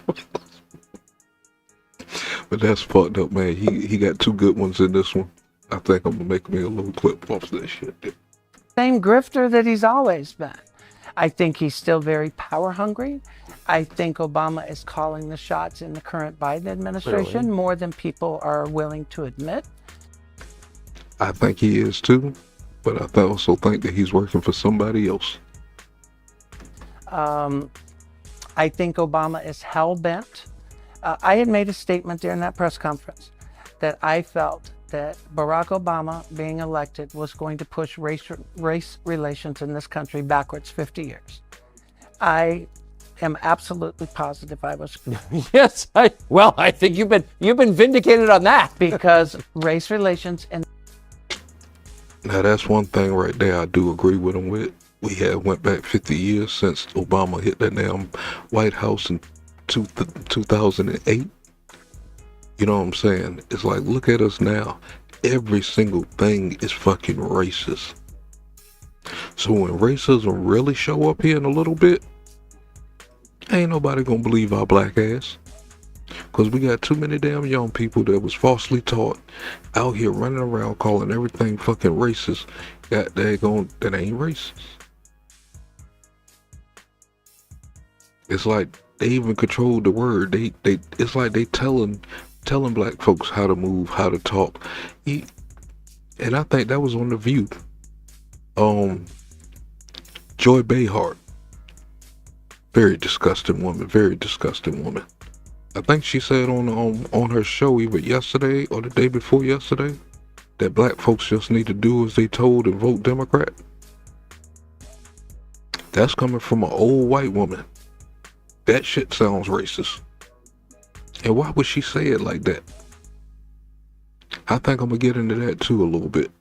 But back to this big eared, no teeth having, bad taste in the mouth, thick sucking goddamn dude here. Yeah. And this country has not only gotten pushed back, but everything's about race now. Everything. Everything is about victimization now. It's interesting though. Yeah, he's obviously a race hater, very anti-white, but he had sex with a white man. So you have to ask, like, is that real? Oh, for him, of course. I would be willing to bet you I'm not the only white person he's ever had sex with. That's right. Oh man, if this is if he's telling the truth, every black person in the country need to cook Obama's ass. Don't beat him up. Don't do nothing like that. It should be a national roasting day for that motherfucker. Cause that's the same dude that, I mean, yes, everybody know, especially if you black, that Black Lives Matter. But for him to be behind the start, not behind the start of it, but to be in office when all this shit really started coming to the surface, Black Lives Matter and shit like that, well, you to have this white boy with a bad taste in his mouth in your past is funny as hell.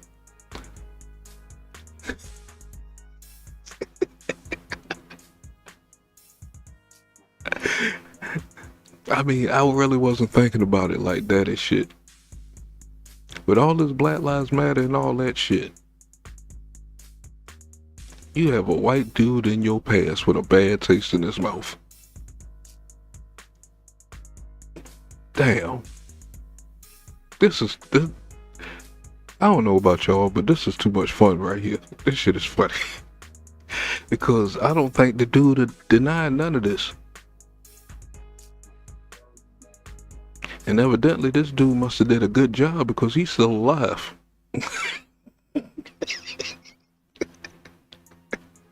Or male, anyway. Yeah. But hey, he's got what he wanted. You know, he is in DC. He's living the life. He's still looked upon as being the savior of the country. You know, and sadly, people are still giving him that power. I mean, would it make a difference if the guy was smoking crack? We got pastors teaching our people spirituality that used to be on crack. Are they doing it for a free paycheck? I mean, people still put their trust in their reverend, their pastor and shit, and he might have the same kind of past. But I think he might have got up there and confessed to it though.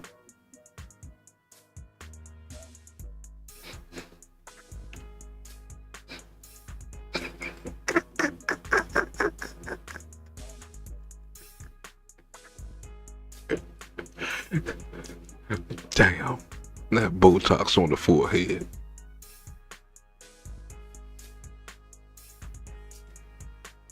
Damn. I was about to say something real fucked up, but let me get back to this video. And I think it's going eventually to be to the detriment of. Can I just ask you one last question? How did you? I'm thinking about it. It's very insightful because I knew a lot of people who weren't liberal who voted for Obama purely on the race question. And they weren't all self-hating, guilty whites. They were like nice, normal people who wanted to see race relations improve. And that really was the core promise of his campaign. And a lot of people bought it. A lot of smart people bought it. And I saw why they bought it. But you didn't buy it. They still bought it because they voted in Joe Biden talking about some bringing everybody together. Well, in a way, he did. Keep fucking around with 45. How did you know that? I grew up in South Carolina in the 1960s and 70s, okay? I've been gay and knew I was gay since 6 years old. Never hid it, okay? Yeah. I grew up in rural South Carolina. And my first job as a kid was cropping tobacco for a family by the name of Rose that were a black family living across the road from my grandparents. So I grew up as a kid, a gay kid, in an era and an area that would get you killed being gay just as quick as you could be hanging being black. So I actually knew the other side of the track before I knew that I was supposed to act like I was above this or above that. I've watched it my whole life. I know when someone, I knew that I was supposed to act like I was above this or above that. I actually knew the other side of the track before I knew that I was supposed to act like I was above this or above that. Motherfucker, what the fuck you mean about that? So you discovered the other side of the track before you were supposed to know that you was better than the people over on the other side of the track? Is that what the fuck he just said? Being gay just as quick as you could be hanging being black. So I actually knew the other side of the track before I knew that I was supposed to act like I was above this or above that. Holy fucking moly. No, he didn't say that.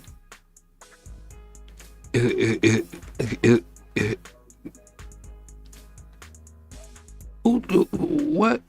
Hold on. Being gay just as quick as you could be hanging being black. So I actually knew the other side of the track before I knew that I was supposed to act like I was above this or above. How you supposed to act like you above something? That shit feels quite funny to me when he say that. And I don't mean funny in a humorous way either. That was kind of, I can't say racist, but some form of supremacy. Because you're supposed to feel supreme over the situations of the people on the other side of the track. I can't act like I just didn't hear that.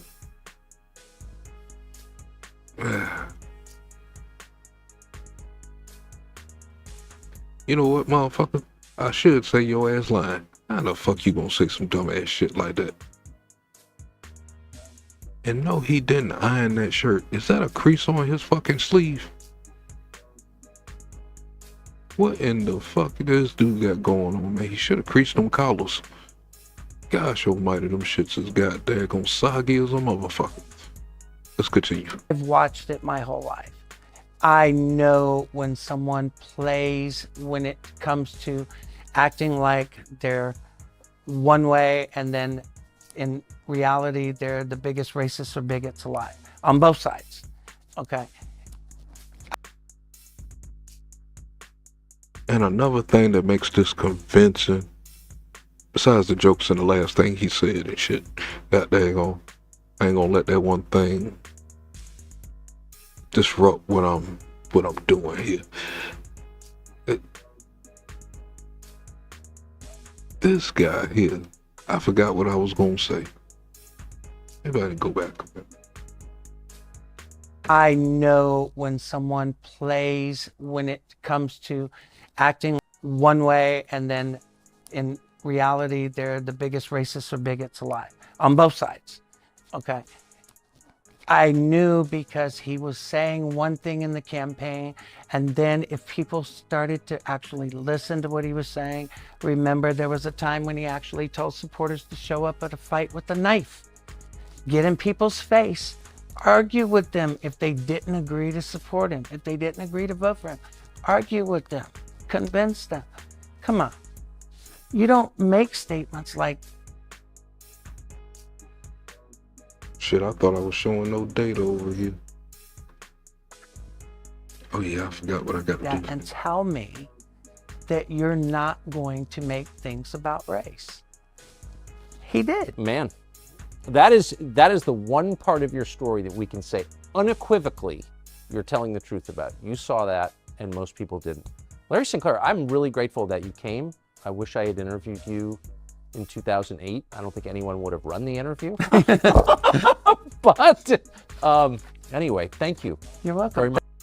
Right. I've had guys that I read wrong that would literally try to break your hand. For sure. If you went in that route. So it's not like this was something that he wasn't into. It's not something that he was. It wasn't Barack's first time. That much I'm absolutely certain of. And I oral sex on Barack Obama. You did. In the driver's up front. Yep. And he's cool with this. He kind of. So what happened after? Afterwards, I actually went back to my hotel. I had specifically asked Inn in Gurney. Ooh. But remember, it was 99. Yeah. No, and it was close to the Great Lakes Naval facilities. Yeah. But showed up. He showed up. I mean, I had no warning. I was in the room. There's a knock on the door. Sex on him. And I'm not sure, James. I'm not sure. In the first video, boy, he had a lot of health problems. I'm surprised he's still here. Like I said, the only reason I had 2000. Wait, so how did that end? Like same way.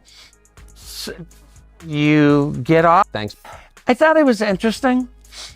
I thought it was definitely a con. But what do you mean by that? Well, in my life at that point, you made it clear I had already been around. Yeah. Connection, or they're doing something because they're looking for an in, or they're looking for a hook, or it's a game for him. It out of it, other than just going back to Chicago anytime soon, so it really didn't matter. Yeah. With a bad taste in your mouth. Time soon, so it really didn't matter. So you were. I wasn't going, to get out of it, or is there something? I'm sorry. This and the other question, man, this shit is too fucking hilarious right here.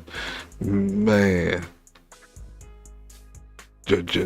Y'all will be seeing this again. I can get out of it other than just, the sexual part. Right. And lucky for me, I wasn't going back to Chicago anytime soon, so it really didn't matter. So you were left with a bad taste in your mouth? Something, yeah. Yeah. Did you? Something, yeah, matter. So you? I don't know if the funny part is the question or was him agreeing to it. This dude is nasty. What in the fuck? Tucker set this guy up. I wasn't going back to Chicago anytime soon, so it really didn't matter. So you were left with a bad taste in your mouth? Something, yeah. Yeah.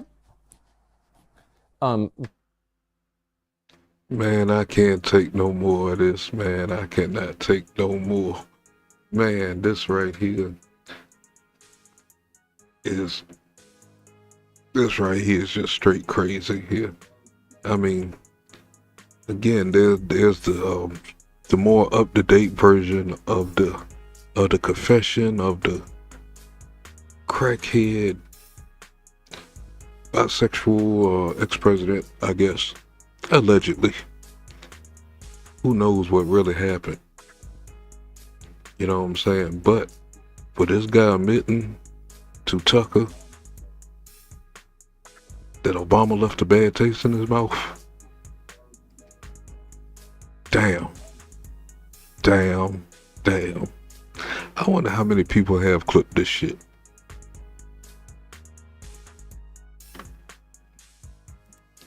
Like, why am I getting a low which code? That's what got it buffering. I don't know why I keep doing that. But this is just too much. I didn't even expect this to go that long, man. It was an hour video. It turned into 2.5 hours. I learned this shit from Money Boy. I don't know what the hell. This shit wasn't supposed to take this long. But with that being said, I'm gonna go ahead and shut this one down, man. I can't take no more of this. Either way, we had already got to the end of it. I want to thank everybody. First of all, do y'all think that this guy is telling the truth? I should have used my poll. I gotta learn how to use that more often. Man, is this guy telling the truth? Or you don't think so, Sanjay? I'm seeing little bits and pieces where it could be true. I'm not sure if he over-exaggerate. He could be over-exaggerating a couple of parts. But if this dude start coming out with certain markings on the body and shit like that, I'm gonna be dead weak. If the high school ex-girlfriend present those fucking letters that I'm hearing about, that's confessing into all these fantasies about men and stuff from Barack Obama or Barry Obama, then we really gotta wipe our eyes and shit, man, and open them up, man. It's like black folks possibly could have voted in a crackhead. I'm just saying. That leave bad taste in people's mouth. But I think that might come up every time I hear that name of Barack Obama.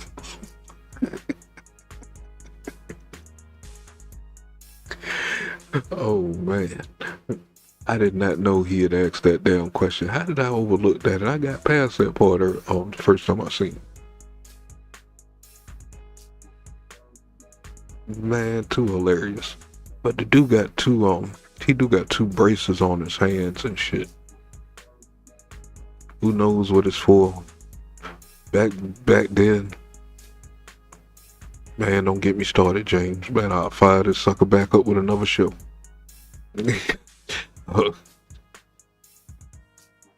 Trying to pace myself, I need a little bit of rest. But then again, who knows how the night might go. Or the morning. I would say how the morning might go. But it seems like I'm buffering in the studio, but I ain't buffering on my other screens.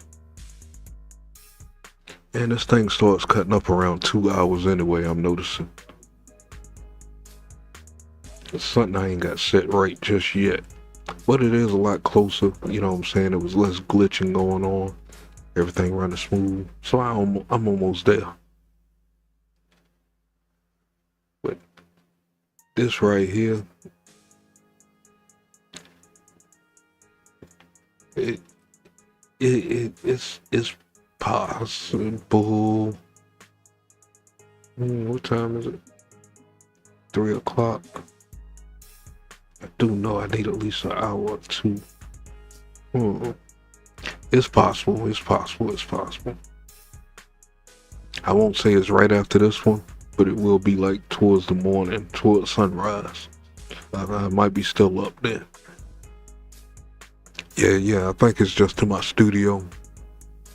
Which called no biggie. I see what's going on my screen over here with the numbers.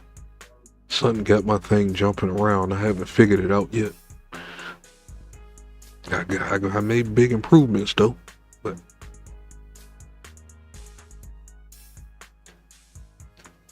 this right here was too hilarious.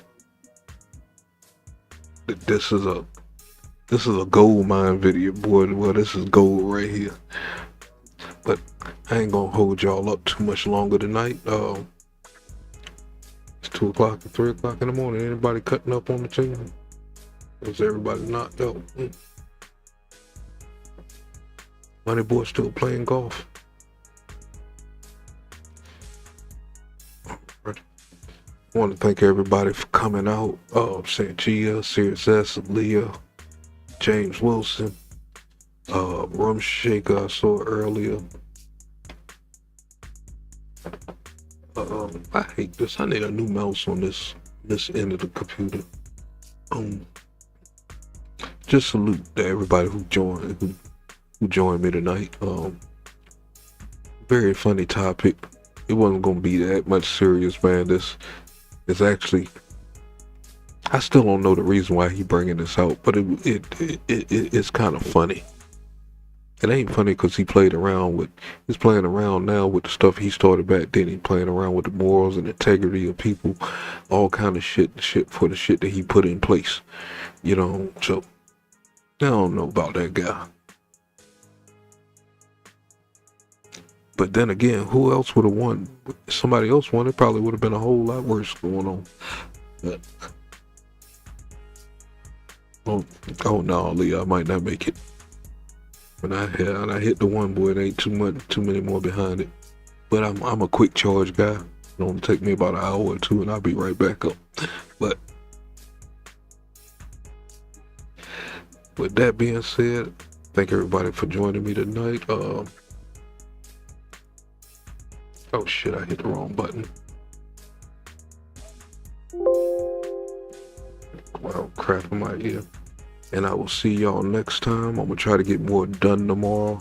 Just been a lot of distractions going on, man. I'm stressed the fuck out over here and shit. But I will try to get out more content tomorrow. I have a lot of topics lined up and stuff just for reviews and shit like that. And get some knowledge while we're reviewing at the same time. So, I'm jumping. Oh, who else is going? That's what I was trying to figure out. Like, thank you, Sirius. I know you're a Barack Obama fan, but Barack Obama has been leaving bad taste in people's mouth. I'm sorry that you had to hear that.